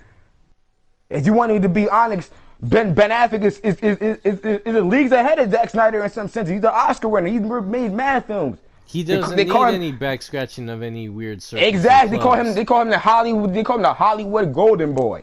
Mm-hmm. Ben Affleck. That's what they call him, the Hollywood Golden Boy. So the Golden Boy, looking at Lil old Zack Snyder like he the realest thing ever. You the Golden Boy. So what's so special about Zack Snyder? Mm-hmm. There's something real about Zack Snyder. That's what it is. There's something real going on with this dude that has to do with the inner workings of the industry, man. And we can't just say exactly for what it is, but there's clearly some bullshit going on as far as, like you said, these inner circles and all that shit, and who deciding to side with who. Even down with Ray Fisher. Like, you feel me? Ray Fisher could have pretty much thrown away his fucking career just siding with Zack Snyder. We don't know yet. Like, a lot of this shit is still ongoing. You feel what I mean? Snyder Cut hasn't come out yet. Like, that was Ray Fisher's first big role. If he would have fell back and like, you know what? Sorry, that I'm not touching this shit. Like, you feel me? Like, I need my career. It's my, I had to at least try to. You know what I'm saying? Yeah. Nobody would have knocked him. Cause like, bro, that's your first big role. You feel what I mean? That shit literally make or break you. Mm-hmm. That bro did not give a fuck about none of that shit. Like, what? Ray Fisher did not give a fuck about none of that shit. He even said on Twitter when someone said to him, like, yo, I hope y'all know that, someone said on Twitter, like, yo, I hope y'all know that fucking Ray Fisher low-key, like, put his whole career on the line over this shit. And if Ray Fisher responded to him and said, he was like, yeah, I did, and I would do it again in a heartbeat. Ugh. That's real. So it's like, what is going on here? Bro, you got whole actors fucking throwing away their careers over this dude. That says something. That's huge, bro. That's huge. In this industry and everything, that's so huge. Exactly. See what I'm saying? In that industry, that is a fucking big deal. Hell yeah. Actors are fake as shit. They don't have to come around. Actors are the only profession in the world, besides actors and fucking CIA agents and shit, are the only fucking people in the world that are allowed to just walk around on a daily basis and be fake as fuck. Mm-hmm. They don't have to be real at all. They can be fake every day to the day that they die, and it won't matter. But and here you got all these actors coming out that are just going out of their way to be real for Zack Snyder, to stand up for this dude. And not even just the actors, the people behind the scenes too. So yeah. I agree with what you say when you say that there seems like there was something going on here as far as maybe he didn't want to be a part of whatever circles. Maybe this was the next step for him, and maybe he had to enter a certain circle, because with the industry, there's levels to this shit. They move you up. They want you to be a part of certain circles and all this other shit. In an initiation. Maybe he didn't want any parts of it, and maybe in some senses, maybe he thought he can get it off too. Maybe he thought, like, maybe if I just rush these damn films through the studio system and I get them out, and that's why I think it's funny as shit, because the studio has never done that shit before. A studio has never really fucking shot a whole damn film. A film of that magnitude is already done and everything, and they talking about, we getting this guy out of here, we're reshooting the whole thing, and it's like, what? What studio would just fucking blow that much money on a stupid ass decision like that? And finish a full feature film in a month's time. Wow. Like, come on, that shit kind of seemed personal. Yeah, because they also made these established talent look stupid. Exactly, bro. That shit kind of looked personal, yo. It looks like a power trip, bro. And you don't make film like that. You don't make art like that. You don't communicate to the people like that. That's just like throwing weight around. Like, a part of me wants to believe, like, the mainline narrative, that it was just studio meddling and a bunch of studio bullshit and executives making bad decisions, and, you feel what I mean? Too many cooks in the kitchen, as they say. Yeah. But a part of me don't believe that shit, man. I feel you. There's a part of me that doesn't. That's right on with you, man. Yeah, part of me does not believe that shit at all. A part of me really believe that there was some nefarious bullshit going on here. Something nefarious was going on. You know, Zack Snyder's daughter passed away and all that through the midst of that shit, and it just doesn't make the situation any better. And I feel like that's the main reason why people don't really want to delve too deeply into like the corners of what could have really happened, because it's a respect thing. It's like niggas don't want to be just throwing conspiracy theories over the man's life, and he really lost a family member. You know, but the shit just don't add up on so many levels. Yeah, it just don't add up. And the best thing they could do is release the Snyder Cut. These questions will get worse and worse and come to light. I mean, they'll always be there for you and me, but let's be honest, Henry Cavill pretty much sold out before our eyes. Right before our eyes, Henry Cavill sold out, and all of a sudden just decided, all I care about is my career and the Superman role, and just do what I want. I'm signing with The Rock. It's like all of a sudden went full 360 and just started acting like some dude that nobody ever even knew before. Like you got acting mad at these dudes. Like who is this guy? Who are you? You feel what I mean? You acting extra fake now, like some shit happened.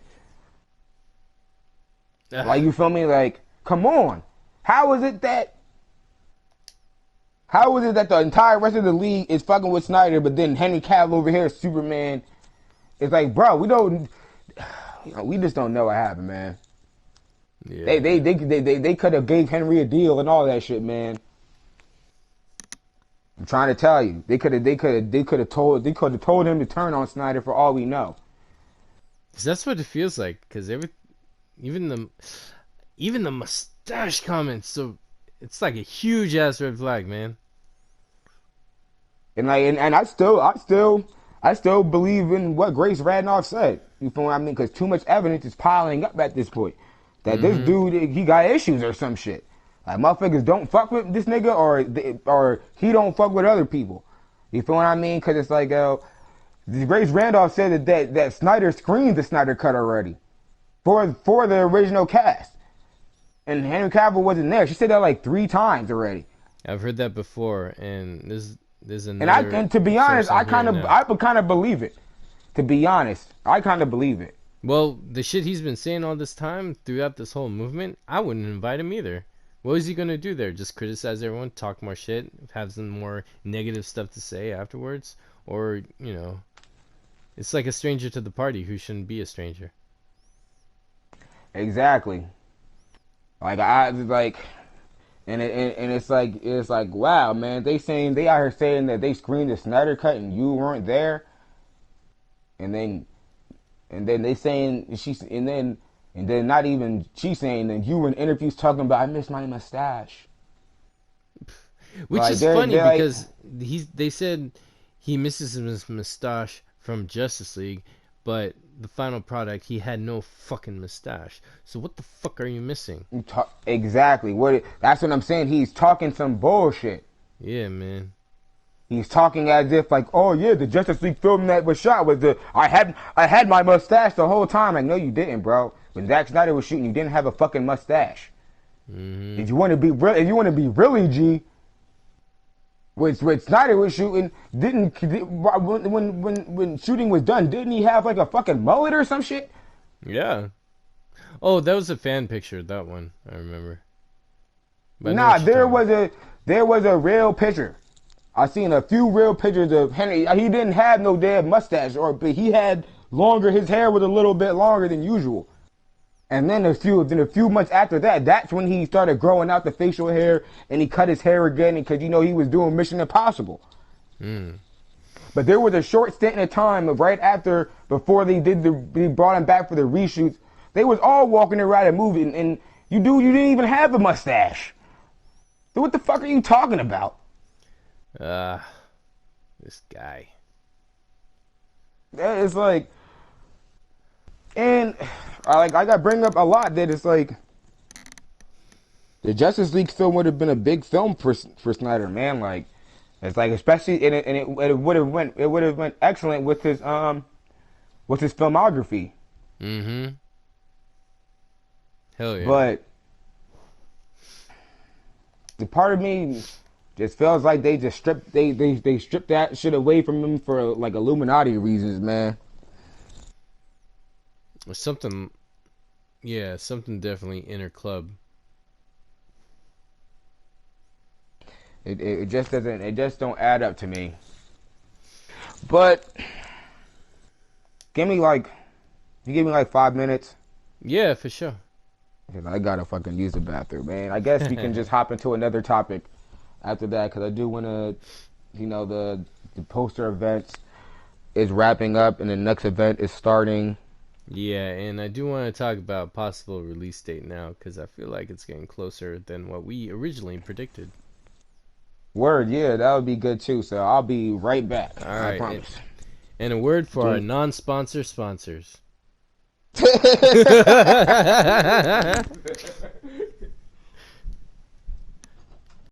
And we are back.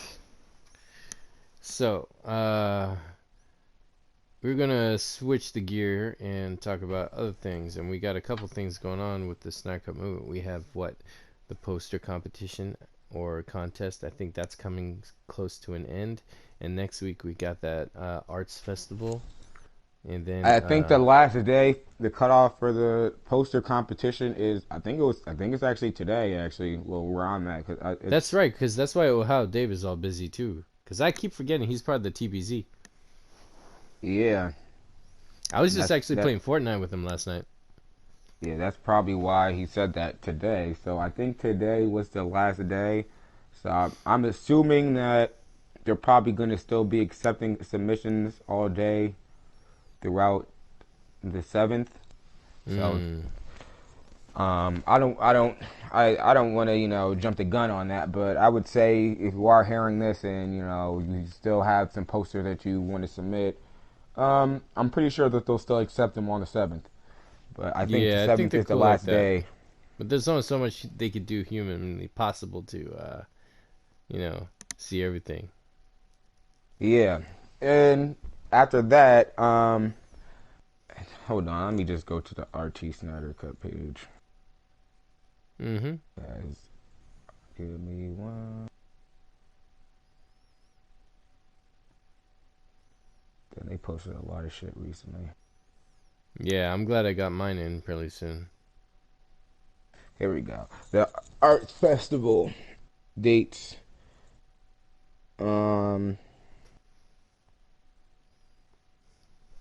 It said we are proud to host the inaugural Release the Snyder Cut Arts Festival. On Friday, 2/14, we call for submissions in 5 main artistic categories: traditional handmade art, paintings, drawings, crafts, cosplay, photography, sculptures, calligraphy, etc.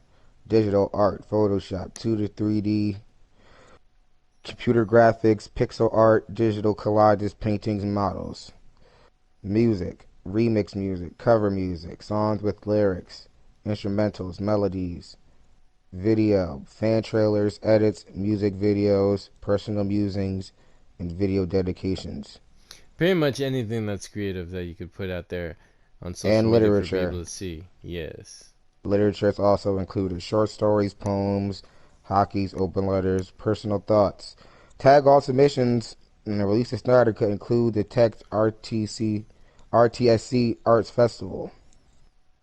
Mm-hmm. Let's skip down for a little. 5 You need to finalists. put the hashtag in, I think tag RT Snyder Cut too, right? Oh, I would assume so.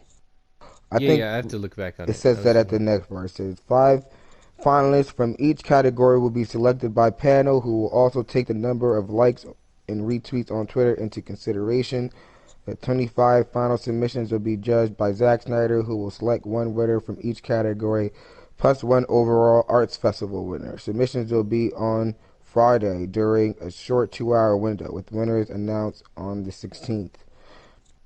And so, yeah, the next one is going to be on the 14th. That's when, so I guess you'll have like 7 days to prepare. The winner of each category will win one of 5 Zack Snyder statues created and generously donated by Maximilian Playton at the Voltage AD. Mm. The overall Arts Festival Award winner will win a unique piece of Justice League art from Zack Snyder himself. The first 2 minutes of music and video submissions will be considered during finalist selection process. The 5 finalists will be judged on their submissions, but keep length reasonable. Literature should be kept to under 300 words. Wow. Yep. I think that was about. Maybe this is the same one. Further details. We are proud to have this event support Lena's powerful art charity drive to raise funds for art supplies for poor children in Colombia. I think this already. That one already we happened. She's just showing. yeah we did I that. think the video. That of it happened pretty just, fast, so I don't blame. That happened like very fast. So and I'm I will proud of her. continue That's though. cool. Poor children. Wait, yeah, charity drive to raise funds for art supplies for poor children in Colombia. To unlock Zack Snyder's personal pride, we need to come together as a community and raise $1,000 for these disadvantaged children. We can do it. So that's been done, So you guys don't have to worry about that. But clap for those kids though, because they needed that. Oh And yeah. the judges selecting the 25 finalists are Lena, Max, Adrian, and Ramesh. Oh, Ramesh is involved in this?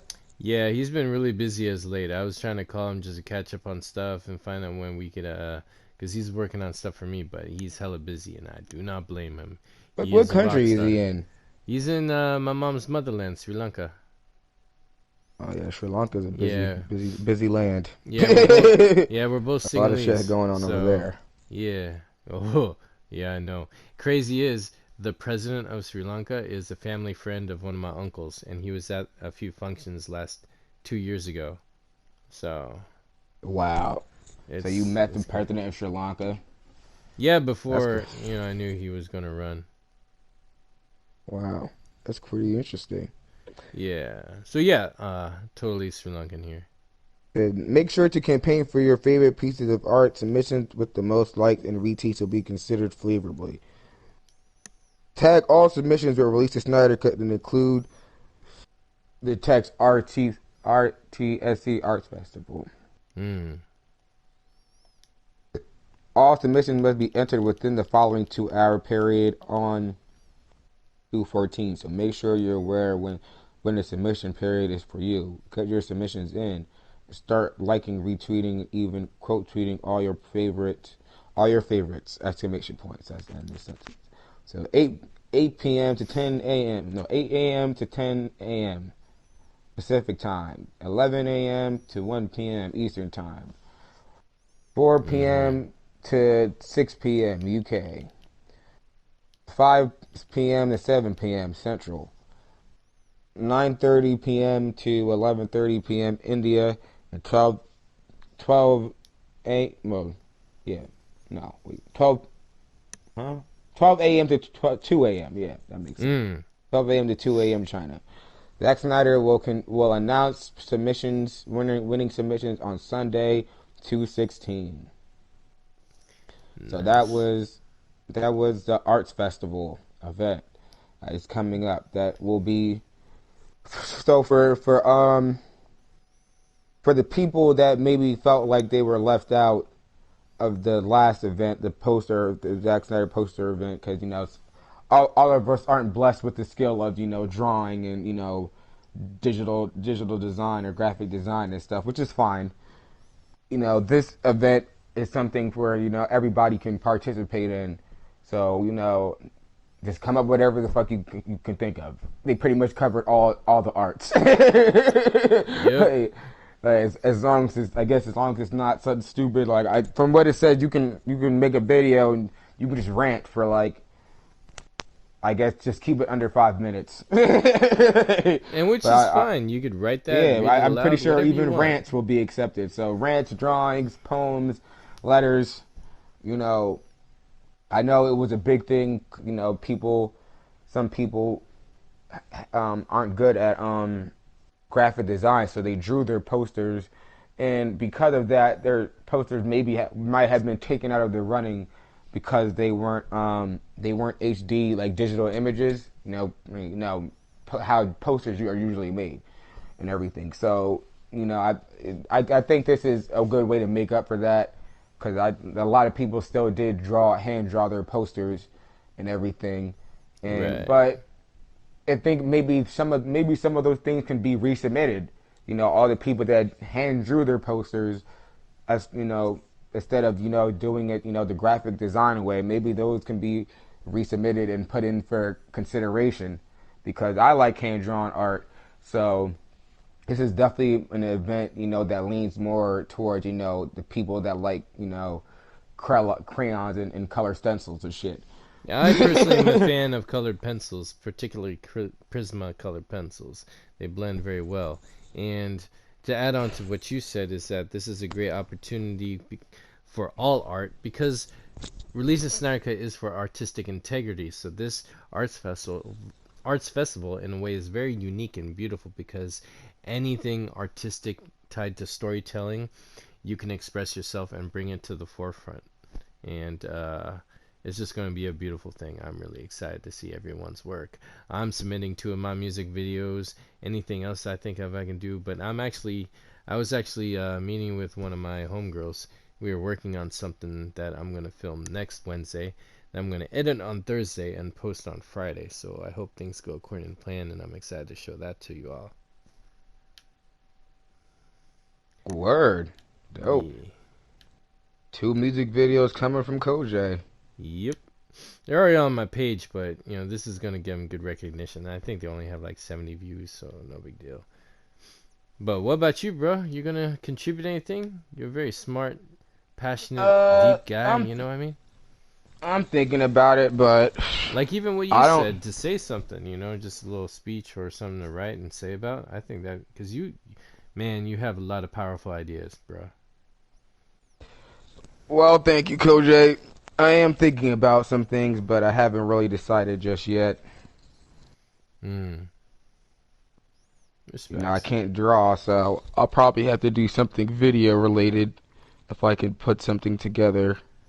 Cool, cool. Good, but if I do, I do want it to be something at least decent. Cause I could just make a rant. I could just make a rant video at any time. So, not that I'm against that, but Yeah, yeah, I feel you. yeah, I'll figure out something. Hell yeah, that'd be great. Cause There's enough this categories to figure out something. yeah, someone reached out to me, and I'll say who afterwards. I want to keep the surprise fresh. But they reached out to me and they wrote something, and it was very beautiful. And they were like, yeah, they just want to submit that. I was like, well, if you want, you could also make it a video, just narrate it. And then they did, and I just added music to it, but I was just critiquing them, and what they made was really cool, and I'm looking forward to that one being shown. So, y'all can help each other out, inspire each other. That's cool too. Yeah, definitely feel free to inspire your fellow supporters. Mhm. If there's people that you've met online or maybe you know in real life, and you wanna you wanna do something that's kind of a team effort, I'm sure that it will still be accepted. Hell yeah. So don't be afraid to ask your friends or your fellow Snyder Cut supporters for help. We are here, Exactly. and isn't that what it's all about anyway? Oh hell yeah. So I think I have to admit though, I do have to admit this fucking week was long. Fuck. Ah, you telling me, man. I I felt just like it took forever to make it to the seventh. hell yeah. I just feel so tired. And But what's yeah, interesting and is that oh sorry, go on. nah, Another I was gonna say yeah, I feel tired too. oh man. Real shit. Yeah. So what's cool about what's happening now is there's a certain momentum. I mean, check it out. First, we got that news that the Snyder Cut has an official title and logo, Zack Snyder's Justice League. Ever since then, there's been like these little promotional things happening, especially the poster event, and then now the arts festival. Zack Snyder's involved. Our TPZ homies are involved. It's like, why would all this hype be for? You know what I mean? I feel like something's coming maybe sooner than April. The Snyder Cut itself. What do you think? Yeah. Or even an announcement. That would make so. That could start the new countdown. We could finally breathe again, you know? Before I say what I'm gonna say, Alright. oh, I guess it seems like Boss Logic did submit his poster, so that answers that question. Well, I thought he did. He wasn't going to? Uh, I didn't I couldn't tell or really see because most of the posters come up that I've seen came up directly through Zack Snyder's JL posters. Oh, well, let me tell When you I how seen that he works. posted Yeah. his poster, he posted it on his account. So So, I thought maybe he just posted it and just for fun or something, but yeah, well, what happened is when I submitted mine through email, because you're supposed to do it through email to be officially counted for, everyone's got a number. Mine is number 694. I like that. And uh, I asked the guys, I was like, yo, I really want to show this off. Can I share it now? They're like, yeah, share it on your own thing, and we'll go through it and share it officially, and then when we share it, it'll be officially in the thing. I was like, all right, cool. So when I shared mine, it was like 3 days later or 2 days later, mine showed up on the official account. So it does take a while. So when he shared it with us, I'm guessing he could have already submitted it because they got to go through all of them. You know what I mean? mm.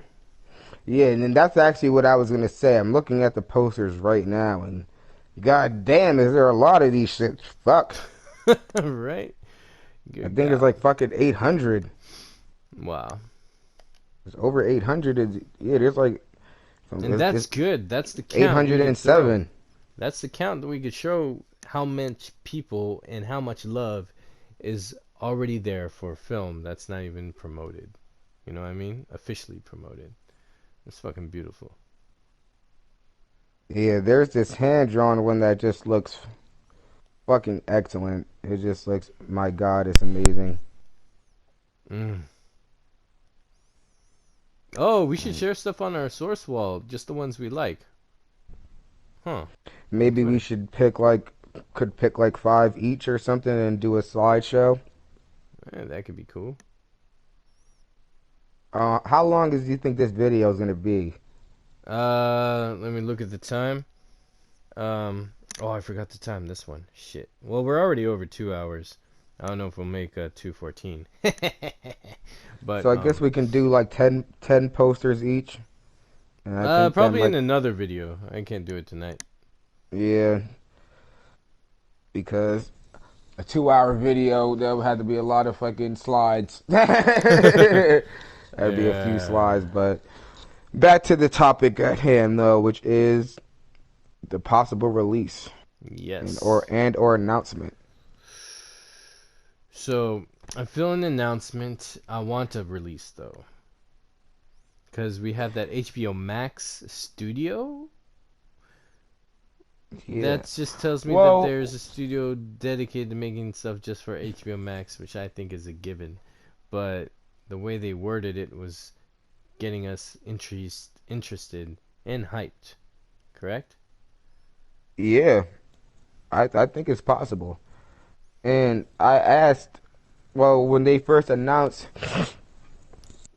the JL fan poster event, I said in the chat that like this seems like it's really big, like it's a big fucking deal. Mm-hmm. And I think it was Abdul or one of the TPG guys who replied to me and said that it is. They said it's a very big deal. And Mm. I wanted to ask him more and ask him to elaborate, but then I'm the type of guy where I don't like to ruin the surprise for myself. Yeah. So I was like, Yeah, I feel you on that. I was like, in my mind, I was like, I want to just ask you more about this shit, but I'm just gonna just accept that answer and just move on with my life because the hype is just too strong. Yeah, yeah. So with that being said, I don't really know what's gonna happen on 214. It could just be a fan event thing and everything, but it could be something more, you know. It's very true. And Sean O'Connell did rightfully asked the question of, our very own Sean O'Connell. Yep. One of the only few fucking journalists slash, I guess you could say he's a journalist slash blogger. Yeah, one of the only few journalists slash bloggers that the RTSC movement actually fuck with. I mean, he's down for the cause. Yeah, and he asked the question of, why would Zack Snyder, ask, his fans, us, and himself too, um, to make a poster about a film that's never going to be released. Doesn't really Mm-hmm. make much sense. Exactly. Unless it is going to be released, you Right. know. So I thought that was a great point that he brought up, a point that I'm sure it all maybe came to a few of our minds too at the time, because, that's why I know I said, like, this seemed like a really fucking big deal at the time, because I'm like, all right, no, so wait, because I had to read like the poster, like, well, the announcement poster like fucking 4 times, then before I even commented on it. I'm like, wait, so Zack Snyder wants us to make posters for Justice League? I'm like, See, the that's the the momentum I'm the Zack talking Snyder, about. Mm-hmm. like, he's asking us Zeus Zack personally to do Snyder. this. And I'm like, should I be foaming at the mouth right now?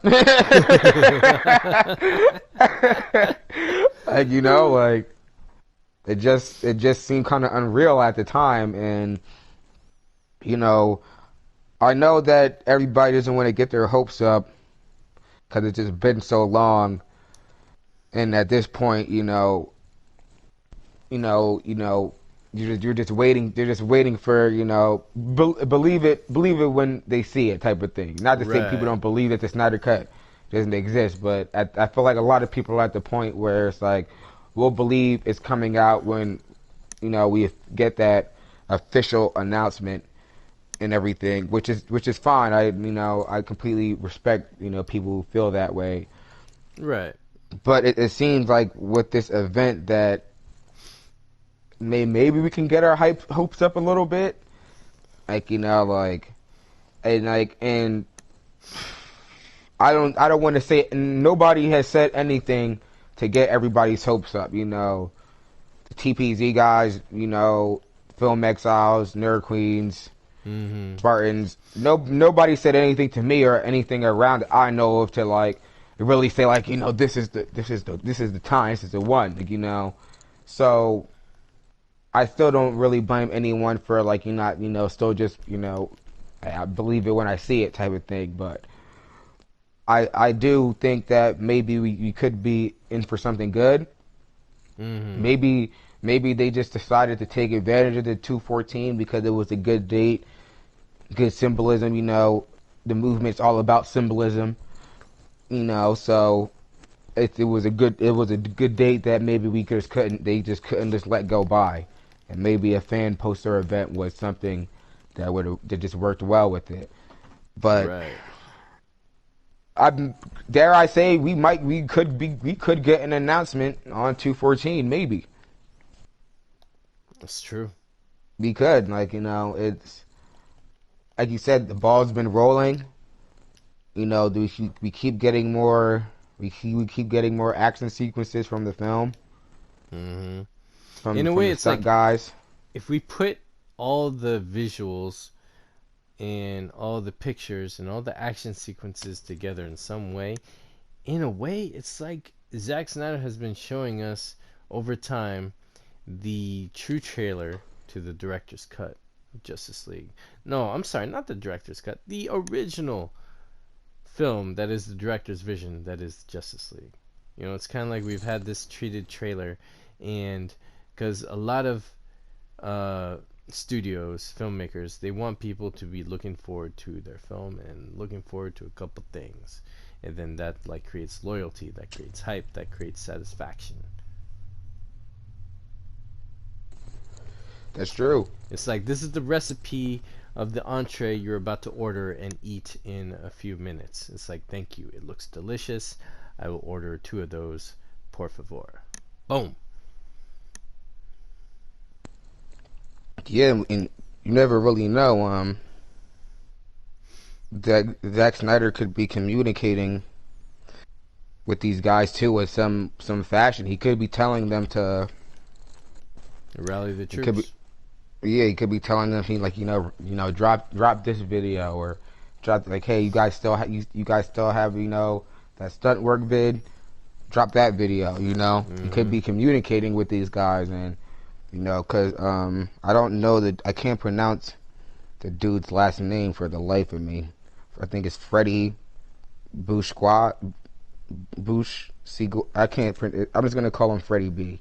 Freddie Freddie B. B. Hey, I probably do the same thing. But he dropped the exploring the tunnel video. I'm about to just check the video real quick. Give me a second. Yeah, for sure. There we go. Yeah. It's so funny because his YouTube name is actually Freddie B too.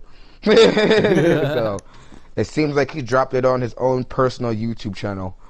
And the film, well, the video, I should say, actually has cut-in previs between the shots. And if you slow it down to the slowest mark, which is 0.25, you can actually see the previs. And on top of that, if you pause it, you can actually get some shots of the previs or what it looks like. In the previs, it seems like they used a model of Arkham the Arkham games Batman, Mm-hmm. and he's fighting a Parademon in what looks like to be the Parademon nest. Mm. And maybe we can use that as the image because that was a pretty cool image. I was actually thinking the same thing. It had to be I was thinking either a still capture from the stunt or one of those viz. But now that you say it, I like that. That's going to be the one. Yeah, so if anybody who hasn't seen that yet, definitely check it out. It's on Freddie B's YouTube channel. Type in Freddie B, no space. She should pop. It should pop up, or you can check Twitter. And if we can, if we have time, I'll try and put a link in the comment in the description below so you can check it out right away. Yeah, that would be cool too. Yeah, we'll try But and get yeah, that for you. it is very interesting that he decided to drop that video today, and the video has previs in it, and I don't know. Mm-hmm. Maybe that's just something that they do as far as like when it comes to like doing filming stunt work that's going to be sent off to other filmmakers to to create action sequences. Maybe that's something they do regularly. Yeah, It's it is not. because they need to know how to sell it safely also. So playing to the camera is almost like a pro wrestler playing to the audience trying to sell it. So they need to set that up, especially when they want to be safe and everything. And also make sure the execution looks good. Bro, Mm, sometime you got to see the making of all the special features of Man of Steel because a lot of these techniques are all in there. It's wonderful. Because they showed that even for the visual effects, they had like this crappy ass Dreamcast quality CGI um, animation of like the Smallville fight scene, just so they can get ideas of how Superman's gonna go around and handle shit. It looks shitty mm. as hell, but it gives them an idea of what they're gonna do with the camera and stuff. So it's like a kind of like a storyboard in motion. Yeah. So I wouldn't be surprised if they did that same way with that. So I just asked because I don't. I could be wrong. Maybe no one checked, but I don't. It didn't seem like they did that in the first two stunt videos that they released. Mm, I don't know if there's any hidden previs in there. I haven't checked, right. but yeah, it is kind of interesting that there was previs hidden, and it was like really hidden, like dead ass. Like if you watch the video at like regular speed, you'll pretty much not even catch it. You feel what I mean? At all. Like it'll just go by. You won't even catch it. If you slow it down though, and that's how really quick it is. Because even when you slow it down, it still goes by so quick. Like you literally have to like pause the video at like the Right. right second to fucking catch it. So that's what makes me wonder that maybe it was something he released just for fun because of the buzz, or maybe Zack Snyder asked him to release that video, or maybe it was just a regular professional thing that he does as a stunt man or with his own stunt work in videos where he puts they put the previs in to kind of help the filmmakers have an idea. I mean, like you said, what's going to happen in the scene without actually making it like mad obvious, because it would be mad Right. awkward, I guess, in a sense to have like an action sequence going on, and then out of nowhere they just show a fucking previs.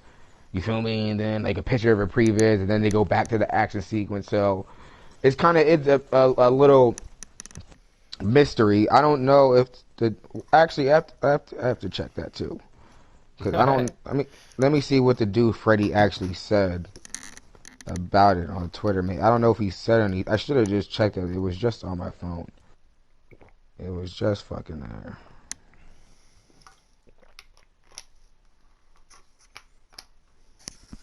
Let me let me check Leonidas' page because I'm pretty sure that was the last person I seen retweet it.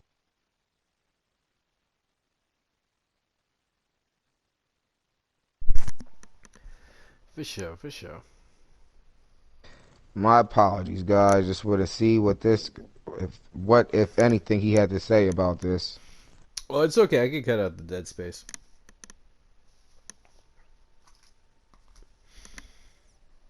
And it doesn't help that I cannot. Oh, here we go. Yeah, he doesn't. Let me check the thread first.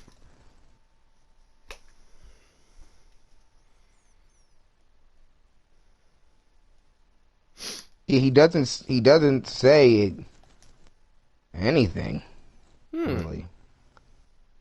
He literally all he says is exploring the tunnel. And well, on his YouTube channel it says, "What is Rich Citron looking for, and what happens when he finds it? B versus PD, which Hmm. is I assume is Batman versus Parademon." So that's pretty much what he said about that scene. But other than that, it seems like that's all he's said about it. So it's really hard to say. It was really hard to say what's the reasoning behind it. He said he could Right. have just dropped. He could have just dropped it for fun because maybe he's seen the other good stunt guys drop their stuff. But then, like you said, all this stuff kind of seems like a ball that's rolling that seems to just be getting bigger and bigger. And because this is like the third action sequence to come out that we haven't seen, It's so true. we do have to ask the question of whether they're just doing this out of their own accord, or if Zack Snyder is somehow involved in the release of these action sequences. Right. I have a feeling it's gonna be that one. But we will leave that question to be answered by you viewers, and what you guys think. Yeah. Let us know. But See what's up. and if you haven't seen the video yet, definitely check it out. It's very cool, Yeah, and very we'll try good, to put the very links up for you. very Zack Snyder too. Mm. Definitely the type of action that Zack Snyder would have in his films. The exact stuff we all pay to see. So yeah, as far as I wouldn't say a release, but as far as an announcement goes, you never know. It is quite quiet. But what do you think, Kojay? Do you think 2/14 is the day? A week from now, do you think we will be getting an announcement for the Snyder Cut? Announcement or the Snyder Cut itself? Well, I would just say announcement, because unless they're gonna fucking drop it on fucking streaming and they already have Blu-rays and then set up, and they're about to do a surprise limited release in a week. Better not be a limited. I don't want limited nothing. This has got to be out. But yeah. But yeah, what do you think?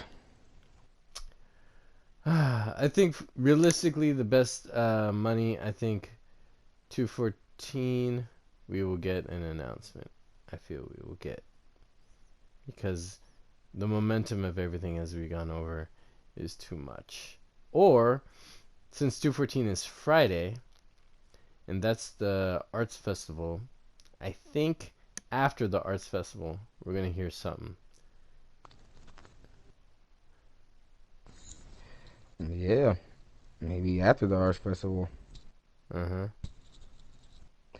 Well, it's hard to say because you never really know. Because the Arts Festival, it's only one day. It starts on the 14th, and then the announcements come 2 days later.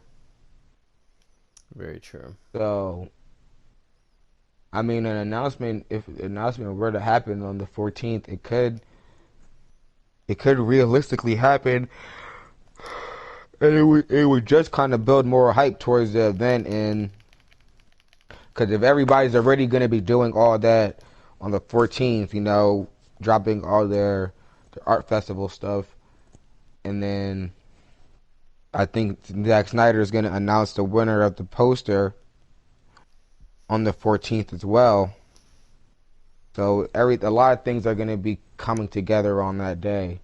So would it be a good day to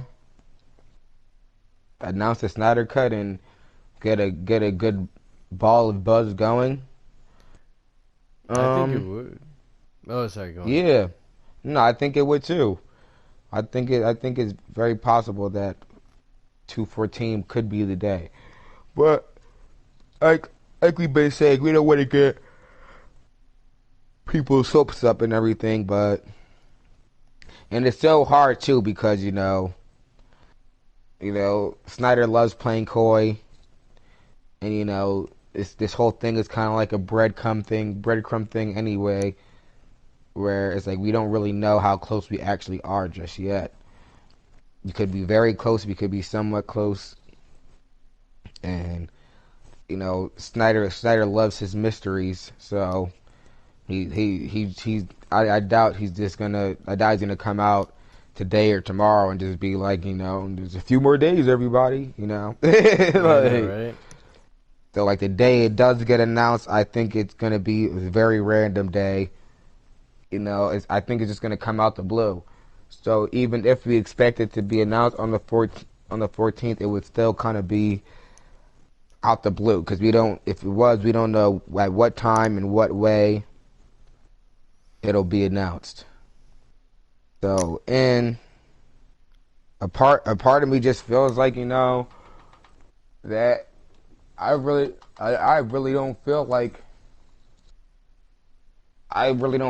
Zack Snyder would ask fans to do all this if it wasn't going to be released soon, because like everything is kind of just snowballing. Like I said, the Zack Snyder hoodies are coming in soon. A few people got theirs already. I think Brian just got his too. Mine's coming tomorrow according to the tracking number. Yeah, which is good because I need them for my video. Word. I think mine said it's gonna be here on the 15th. Oh wow, that's a wow. Yeah, I ordered mine kind of late. Oh, okay. Oh wow, I thought they shipped them all at the same time. That's interesting. Yeah, I ordered mine. I ordered mine like around like towards like I think on like the last week of the thing because I had a lot of bills and other things I had to pay for. So yeah, you gotta handle that first. You know what I mean? But I was able to eventually get one. But what I was gonna say was with the whole poster thing, well not the poster, the hoodie thing. It says Zack Snyder's JL and it has new iconography on it, which is a big deal. Like So this is a big fucking deal. Like it has the Green Lantern and the Martian Manhunter iconography on it. Mm-hmm. So Those two specifically, especially when he said Martian Manhunter is the one scene he wanted to shoot that he couldn't, but yet there his emblem is. His emblem is right yeah, there. Maybe that is the minor tweak he was talking about. That's what I'm thinking. exactly. But then past that, we had some stunt videos come out. Zack Snyder also dropped more images. He dropped the image of Alfred and of Ryan Choi. Mm-hmm. So, and then, the Zack Snyder posters thing gets announced and everything, and I don't know, it just seems like, it just obviously just kind of just seems like a ball that is rolling. What can I say, Hell yeah. it definitely seems like a ball and it's rolling and everything, and we can just say that all this stuff is unrelated, You can easily say that, like, oh, it's unrelated. But at this point, it's really hard to say that and actually believe it yourself. Like, can all this stuff be really unrelated? Can the hoodie really be unrelated from the action sequences being released and the poster event and everything that just happens to lead up to February 14th? It's too much momentum to ignore. Yeah, it is kind of too much momentum. And the only reason why we're really ignoring it is because we don't want to get our hopes up. Like the hype is too strong already. So like, yeah, I keep telling people I'm not gonna stop fighting until the bell is rung and they raise my hand and they give me my championship title, which is the Snyder Cut on Blu-ray. Yeah, exactly. Even after I see it, I'm not gonna believe I own it until I have it. Man, when they announce that damn movie, I might fucking cry. I'm gonna be happy. Cry manly man. tears. Hell yeah, ain't nothing wrong with that, bro. Like, for real. Because the hype is gonna be so damn strong. So that's why I get why people don't want to, like, oh yeah, it's coming for fact. It's definitely coming. Like we'll just have to see what happens on the 14th. Mm-hmm. So true, bro. So true. Hold up, man. Give me like 5 seconds. I just got a fucking splitting ass feeling in my back of my head. Dang. Ow.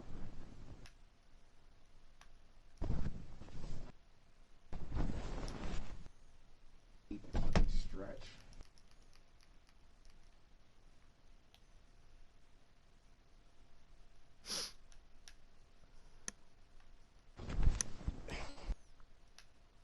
Yo.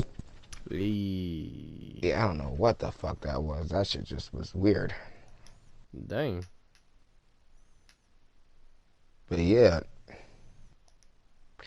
I even me sitting here right now, it's like I really don't want to say like, oh yeah, it has to be, it's definitely going to be announced on the 14th. I don't want to say that and believe it, but it's possible, Yeah, that's true. It just seems, even with it all seeming too perfect, doesn't it just still feel like so? I don't even have the word for it. Yeah, surreal. Like, that is the word. Surreal. Yes. Yeah. The perfect word. That was the word I was looking for. It's a very surreal feeling. So, and if nothing happens and everything, then I would be fine with it. If there was no announcement and everything, I made it this far, so. This is true, but the more I think about it, the more I feel it has to. Yeah, I think.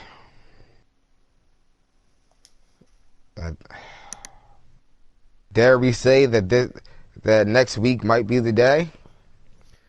I dare it. I dare it. Yeah, I think I might put in on that dare too. Hell yeah. I think 214 might be the day. Not a release, but the Oh, announcement. After that, it'll be a week out from Birds of Prey being out. So the timing is just nice. And the symbolicness of the date is nice as well. And that's how we roll. And I don't know how to top that. I think we can end the episode on that. Unless you got anything else to say, bro. The tired is coming on me, and I want to start editing this. no, that's pretty What you much it. feel? Only thing I would say is the thing that kind of gives it away to me more than even the Zack Snyder JL poster event Mm-hmm. is the fact that he rebranded the movie and put new iconography out Yep, that's that on Zack Snyder's merch. Justice League. That is like, that's serious. That's dedication. Yeah, it is pretty serious. So on that note, I guess we'll just call this one, guys, and say don't get your hopes up too much, but hope for the best. And always release that Snyder cut. Yes, the Holy Snyder cut. It is coming. And I say, holy WHOLEY. I don't care if that's a word because this is the full, unedited truth that was destined to be ours from the beginning. Amen. Cha! All right. Catch you guys in the next episode, whenever that is. Take care, everyone, and like always, release the Snyder cut. Booyah.